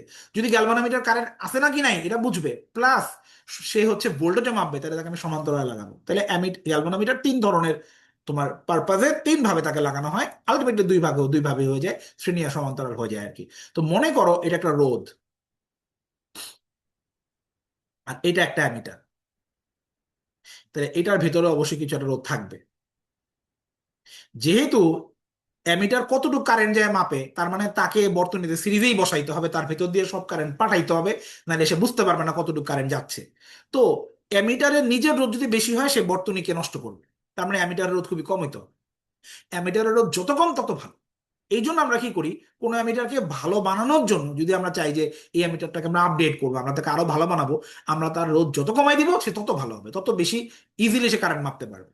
তো একটা জিনিসের রোধ কমানোর উপায় কি বলছিলাম, আমরা রোধ বাড়াইতে চাইলে সিরিজে লাগাবো, কমাইতে চাইলে প্যারালাল লাগাবো। তার মানে অ্যামিটারকে দিয়ে আমি যদি চাই আর একটু বেশি কারেন্ট মাপতে, তাহলে অ্যামিটারের আগের রোধের সাথে নতুন আরেকটা রোধ আমি প্যারালাল লাগাই দিব, তাহলে এই অ্যামিটারটা আরো বেশি কারেন্ট মাপতে পারবে কারণ তার রোধ আরো কমে যাবে। ঠিক আছে? তাইলে দেখো অ্যামিটার বাইরে সবার সাথে লাগে সিরিজে, ভেতরে কিন্তু তার প্যারালাল চলতেছে, এই ভেতরের পার্টটা কিন্তু আমরা দেখি না, এটা কিন্তু ভেতরে, উপর দিয়ে ফিটফাট নিচ দিয়ে দরকার, তাই না? আবার দেখো ভোল্ট মিটারে ঠিক উল্টাটা হয়, ভোল্ট মিটারে আমরা যে রোধটা লাগাই সেই রোধের এক ক্রসে আমরা ভোল্ট মিটার লাগাই, যাতে ভোল্টমিটার কি করে এই মাথার ভোল্টেজ মাপে এই মাথার ভোল্টেজ মাপে, ভোল্টেজের ডিফারেন্সটা মাপে, তাহলে তাকে প্যারালাল লাগাইতে হবে, দুই মাথায় মাকড়সার মতো ঠ্যাং দিয়ে বসাই দিতে হবে। তাহলে এই ভোল্টমিটারের রোধ যত বেশি হবে আমার জন্য তত ভালো, কারণ বর্তনীতে কারেন্ট যখন আসবে, কারেন্ট এসে কিন্তু কম রোধের রাস্তায় সবাই চলে যাবে। আমি তো চাচ্ছি সব কারেন্ট এদিক দিয়ে যাক, কারণ ভোল্টমিটার তো আমার শুধুমাত্র ভোল্টেজ মাপার জন্য লাগাইছি, কারেন্ট যাওয়ার জন্য লাগাইনি। তাহলে ভোল্টমিটারের রোধ যত বাড়ায় দিব তত কারেন্ট হচ্ছে নিচ দিয়ে যাবে, তাহলে ভোল্ট মিটার রোধ অসীম হইলে আমার জন্য বেস্ট। তাহলে একটা ভোল্ট মিটারকে মনে করো আমি রোধ বাড়াইতে চাই, আর তাহলে কি করব, আগের রোধের সাথে নতুন আরেকটা রোধ সিরিজে লাগাই দিই। তার মানে ভোল্ট মিটারের বাইরে সবাই দেখতেছে সে কিন্তু প্যারালাল, আর তার ভেতরে কি, পাল্লা বাড়ানোর জন্য তার ভেতরে কিছু না কিছু সিরিজে লাগাইতে হচ্ছে। এটাই হচ্ছে আমার এখানে আলোচনা। দেখো এই যে অ্যামিটার হচ্ছে কম রোধ বিশিষ্ট গ্যালভানোমিটার, ভোল্টমিটার হচ্ছে বেশি রোধ বিশিষ্ট গ্যালভানোমিটার। অ্যামিটার লাগাই সিরিজে, ভোল্টমিটার লাগাই হচ্ছে সমান্তরালে। অ্যামিটারে অল্প মানের চলকুণ্ডলী গ্যালভানোমিটার, ভোল্টমিটার উচ্চ মানের চলকুণ্ডলী গ্যালভানোমিটার। অ্যামিটারের ক্ষেত্রে রোধ সার্কিট সলভের সময় রোধ শূন্য ধরতে হবে, আর ভোল্টমিটারের ক্ষেত্রে সার্কিট সলভের সময় রোধ অসীম ধরতে হবে, মনে করতে হবে ভোল্টমিটারের রোধটা হচ্ছে অসীম।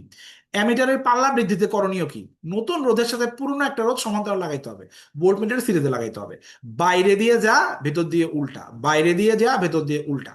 কি কি করা যায় লেখা আছে, দুইটা ফর্মুলা আছে দেখো, পাল্লা বৃদ্ধিতে ভোল্টমিটারের জন্য এই দুইটা ফর্মুলা আমাদের বইতে আছে। এই ফর্মুলা দুইটার কাজ কি এটা আমি দেখাবো একটু।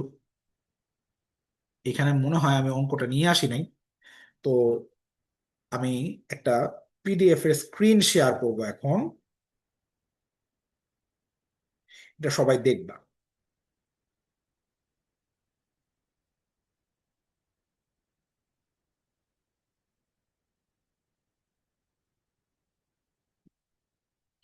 স্লাইডের সব পড়া কিন্তু শেষ, একটা পিডিএফ স্ক্রিন শেয়ার করছি, দাঁড়াও।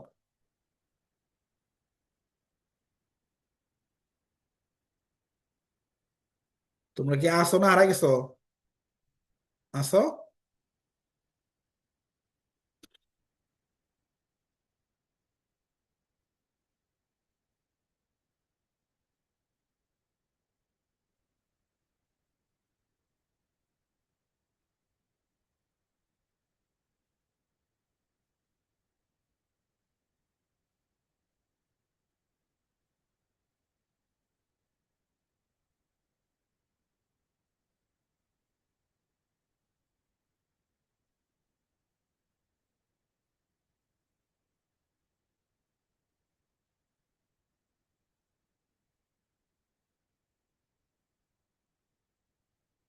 হুম, চলে আসছে অঙ্কে, আমি এখন স্ক্রিন শেয়ার করতেছি। 290 নাম্বার পেজ হবে এটা, যদি তোমাদের নতুন বই থেকে থাকে তো।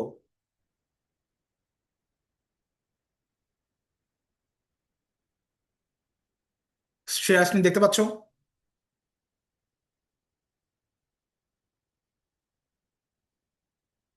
হুম, ঠিক আছে, ভালো করে খেয়াল করো। পাল্লা বৃদ্ধির ম্যাথটা আগে একটু বলে নেই, আগের বই এটা হচ্ছে, আমি বলে দিই গাণিতিক উদাহরণ 3.12, এটা দেখো তো একটু, গাণিতিক উদাহরণ 3.12 দিয়াম, এটা কোথায় আমি বলি আছে, এটা হচ্ছে তোমার 3.17-তে, যে তোমার শান্ট শুরু হয়েছে, শান্ট, শান্টের পরে এই অঙ্কগুলা পাবা। দেখো তোমাকে আমি একটু আগে পাল্লা মাপার অঙ্কগুলা একটু বলে দেই, পাল্লা মাপার সূত্রগুলা, তাহলে তুমি ভালো করে বুঝবা। দেখো পাল্লা মাপার সূত্র হচ্ছে এইটা, দুইটা সূত্র আছে, একটা হচ্ছে R = R/n-1, একটা হচ্ছে R = R*(n-1)। এভাবে মনে রাখবা, অ্যামিটারে মনে করো আগে থেকে রোধ ছিল আর, এখন তুমি তার সাথে নতুন একটা ক্যাপিটাল আর মানে রোধ লাগাইছো তার পাল্লা বাড়ানোর জন্য, তাকে বেশি ভালো করার জন্য। এই স্মল আরটা হচ্ছে আগের রোধ, আর এই ক্যাপিটাল আরটা হচ্ছে তুমি নতুন কত আর লাগাবা প্যারালালে। আমরা সবাই জানি প্যারালাল মানে কম। তা আমরা মনে রাখবো অ্যামিটারের সূত্রটা হচ্ছে ভাগের সূত্র, ভাগ মানে কম। আবার ভোল্ট মিটারে মনে করো আগে থেকেই রোধ ছিল স্মল আর, তার সাথে তুমি আরো একটা ক্যাপিটাল আর লাগাবা যেন তার টোটাল লোডটা বেড়ে যায়। তো এই স্মল আর হচ্ছে আদি রোধ, আর এই ক্যাপিটাল আর হচ্ছে নতুন যে রোধটা মানাবা সেটা। বুঝছো কথাটা? তো এটা মনে রাখবা যে ভোল্ট মিটারের মানে বেশি, বেশি মানে হচ্ছে গুণ, এভাবে মনে রাখবা। তো কিছু অঙ্কে মানে তোমার গ্যালভানোমিটার বলা থাকবে, অ্যামিটার না ভোল্টমিটার বলা থাকবে না। তোমাকে একক দেখে বুঝে নিতে হবে এটা অ্যামিটার না ভোল্টমিটার। যেমন 2 নম্বরটা খেয়াল করো, এখানে বলা আছে একটি গ্যালভানোমিটার, অ্যামিটার না ভোল্টমিটার বলে নাই। আমি কেমনে বুঝবো? আমি একক দেখে বুঝবো। দেখো আগে 1 মিলি অ্যাম্পিয়ার মাপতে পারতো, এখন তাকে দিয়ে 10 অ্যাম্পিয়ার মাপাইতে চাই, তাহলে এটা আসলে একটা অ্যামিটার, দেখে বোঝা যাচ্ছে। তাহলে আমার ফর্মুলা হচ্ছে এইটা। এই ফর্মুলায় আর এর মান কত? স্মল আর এর মান 100। এন এর মান কত? এন মানে হচ্ছে শেষ বাই আদি, মানে আগে কত মাপতে পারতা এখন কত মাপতে চাও। দেখো আগে কত মাপতে পারতাম 1 মিলি অ্যাম্পিয়ার, এখন কত মাপতে চাই 10 অ্যাম্পিয়ার। বুঝতেই পারতেছো একক সেম না রাখলে এটা আসলে তোমার কাটাকাটি করা যাবে না। আমরা 10 অ্যাম্পিয়ারকে আমরা চাইলে লিখতে পারি 10 × 1000 মিলি অ্যাম্পিয়ার বলতেই পারি। আমরা চাইলে নিচের মিলি অ্যাম্পিয়ারকে অ্যাম্পিয়ার বানাইতে পারতাম। টার্গেটটা কি? একক সেম করে কাটাকাটি করে দেয়া। তাহলে আমার উত্তর হলো 10,000। তাহলে এনার মান হচ্ছে 10,000। এইবার তুমি এটা ফর্মুলার মধ্যে বসায় দাও। ফর্মুলাটা কি? R equal to R by N minus one. R হচ্ছে স্মল আর হচ্ছে 100, আর এন মাইনাস ওয়ান হচ্ছে 10,000 বিয়োগ 1 মানে 9,999। দেখো এটা তোমার কিন্তু উত্তরের আগের লাইন, দেখছো? এই ভাগটা আমরা মুখে মুখে কিভাবে করব? খুবই ইজি। আমরা নিচেরটাকে আসন্ন মান ভাববো, আমরা ভাববো নিচেরটা হচ্ছে 10,000, উপরে 1,000, উপরে হচ্ছে 100, নিচে হচ্ছে 10,000। তাহলে শূন্য শূন্য দুটা কাটো, শূন্য শূন্য দুটা কাটো। 1/100, 1/100 মানে হচ্ছে 0.01, শেষ। তাহলে পাল্লার অঙ্ক দেখে চিনবো কিভাবে? আগে এত মাপতে পারতো, এখন এত মাপতে চাই, এই ধরনের ভাষা থাকবে। ঠিক আছে? যদি সরাসরি অ্যামিটার ভোল্টমিটার বলে দেওয়া থাকে আলহামদুলিল্লাহ, যদি না থাকে একক দেখে বুঝে নিব। কেমন? আসো আমি তোমাকে আরেকটা অঙ্ক দেখাই এই এই ধরনের। এই অ্যানোটেশন গুলো মুছে দিই।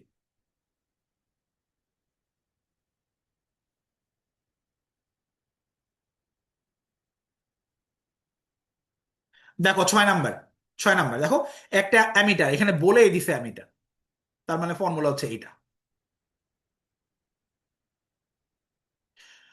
আগে 5 মাপতে পারতো, এখন 7.5 মাপতে চাই, তার মানে 7.5 ডিভাইডেড বাই 5। তুমি দশমিক ছাড়া চিন্তা করো, 5 15 75, তাহলে এটা 1.5। তাহলে এনার মান হচ্ছে 1.5। আর কত রোধের শান্ট দরকার? কত রোধের শান্ট দরকার? শান্ট বললো যে, তাহলে এটা কি শান্টের ম্যাথ? না, এটা পাল্লার ম্যাথ, কারণ আগে তো মাপতে চাইতেছিলা, এখন তো মাপতে চাও, তাহলে এটা পাল্লার ম্যাথ। শান্ট বললে কেন তাইলে? তুমি দেখো শান্ট মানে কি, একটা গ্যালভানোমিটারের সাথে প্যারালাল রোধ লাগানোই তো শান্ট, তাই না? অ্যামিটারের মধ্যেও কি প্যারালাল রোধ লাগে না? তাহলে শান্টের একটা ব্যবহারিক প্রয়োগ হচ্ছে অ্যামিটার, তাই না? অ্যামিটারের মধ্যে তো শান্তি লাগে না, প্যারালালি তো লাগতেছে। তাহলে এই শান্ট দেখে ভয় পাওয়ার কিছু নাই। তোমার কাছে আসলে ক্যাপিটাল আর এর মান জানতে চাইছে, এটাই জানতে চাইছে, আর কিচ্ছু না।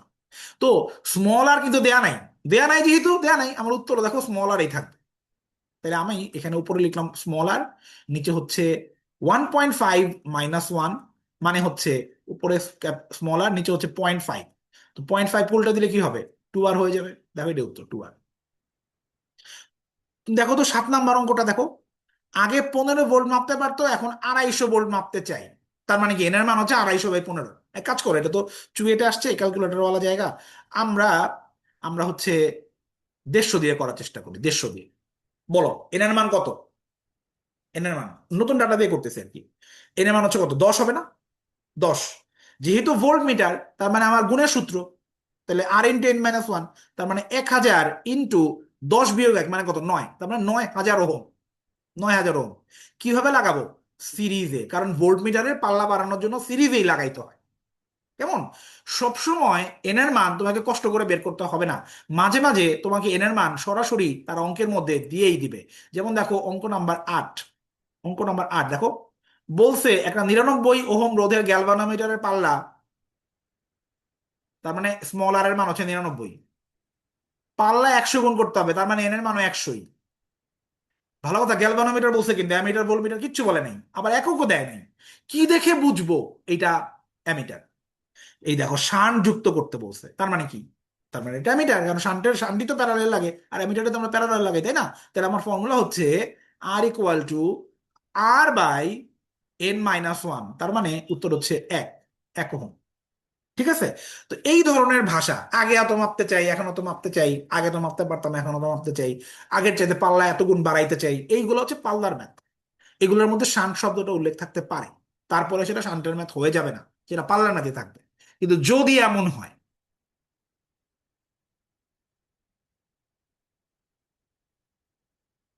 এই যে 5 নাম্বার, যদি এমন হয় যে আগে এত মাপতে চাই এখন এত মাপতে চাই, এই ধরনের কোনো কথা বলা নাই, একদম শান্ট আর গ্যালভানোমিটারের বেসিক কথাবার্তাই বলা আছে, তাইলে এটা শান্টের ম্যাথ। দেখো, এবং শান্টের ম্যাথ চেনার একটা বড় উপায় আছে, দেখো, শুধু শান্টের মানে জানতে চাইবে। এটা বুদ্ধিটা কি? বুদ্ধিটা হচ্ছে, তোমাকে মনে আছে কিনা, শান্টের কারেন্ট ইনটু শান্টের রোধ আর গ্যালভানোমিটারের কারেন্ট ইনটু গ্যালভানোমিটারের রোধ সেম হবে। আমরা এটাই মনে রাখবো। শান্টের অঙ্ক হইলে যার যার রোধের সাথে তার তার কারেন্ট গুণ করে দাও। দেখো, গ্যালভানোমিটারের রোধ হচ্ছে 100, গ্যালভানোমিটারের কারেন্ট কত? দেখো 10%। তাহলে শান্টের মান চাইছে, তাহলে শান্টের মানটাকে ধরলাম এস। শান্টের কারেন্ট কত? অবশ্যই 90%, কারণ গ্যালভানোমিটারে যদি 10% যায়, শান্টে বাকি 90% শান্টে যাবে না। তাহলে আমি এস এর মানটা বের করে ফেলবো। দেখো, 100 × 10/90, এরকম হচ্ছে কেন? এখানে লিখে দাও, 100 × 10 ভাগ হচ্ছে 90, তার মানে 10/9 হয় আর কি, 100/9 হয় আর কি। তো উত্তর হচ্ছে 9 × 11 = 99, 11-এর কাছাকাছি। আরেকটা দেখাই, আজকের লাস্ট অঙ্ক।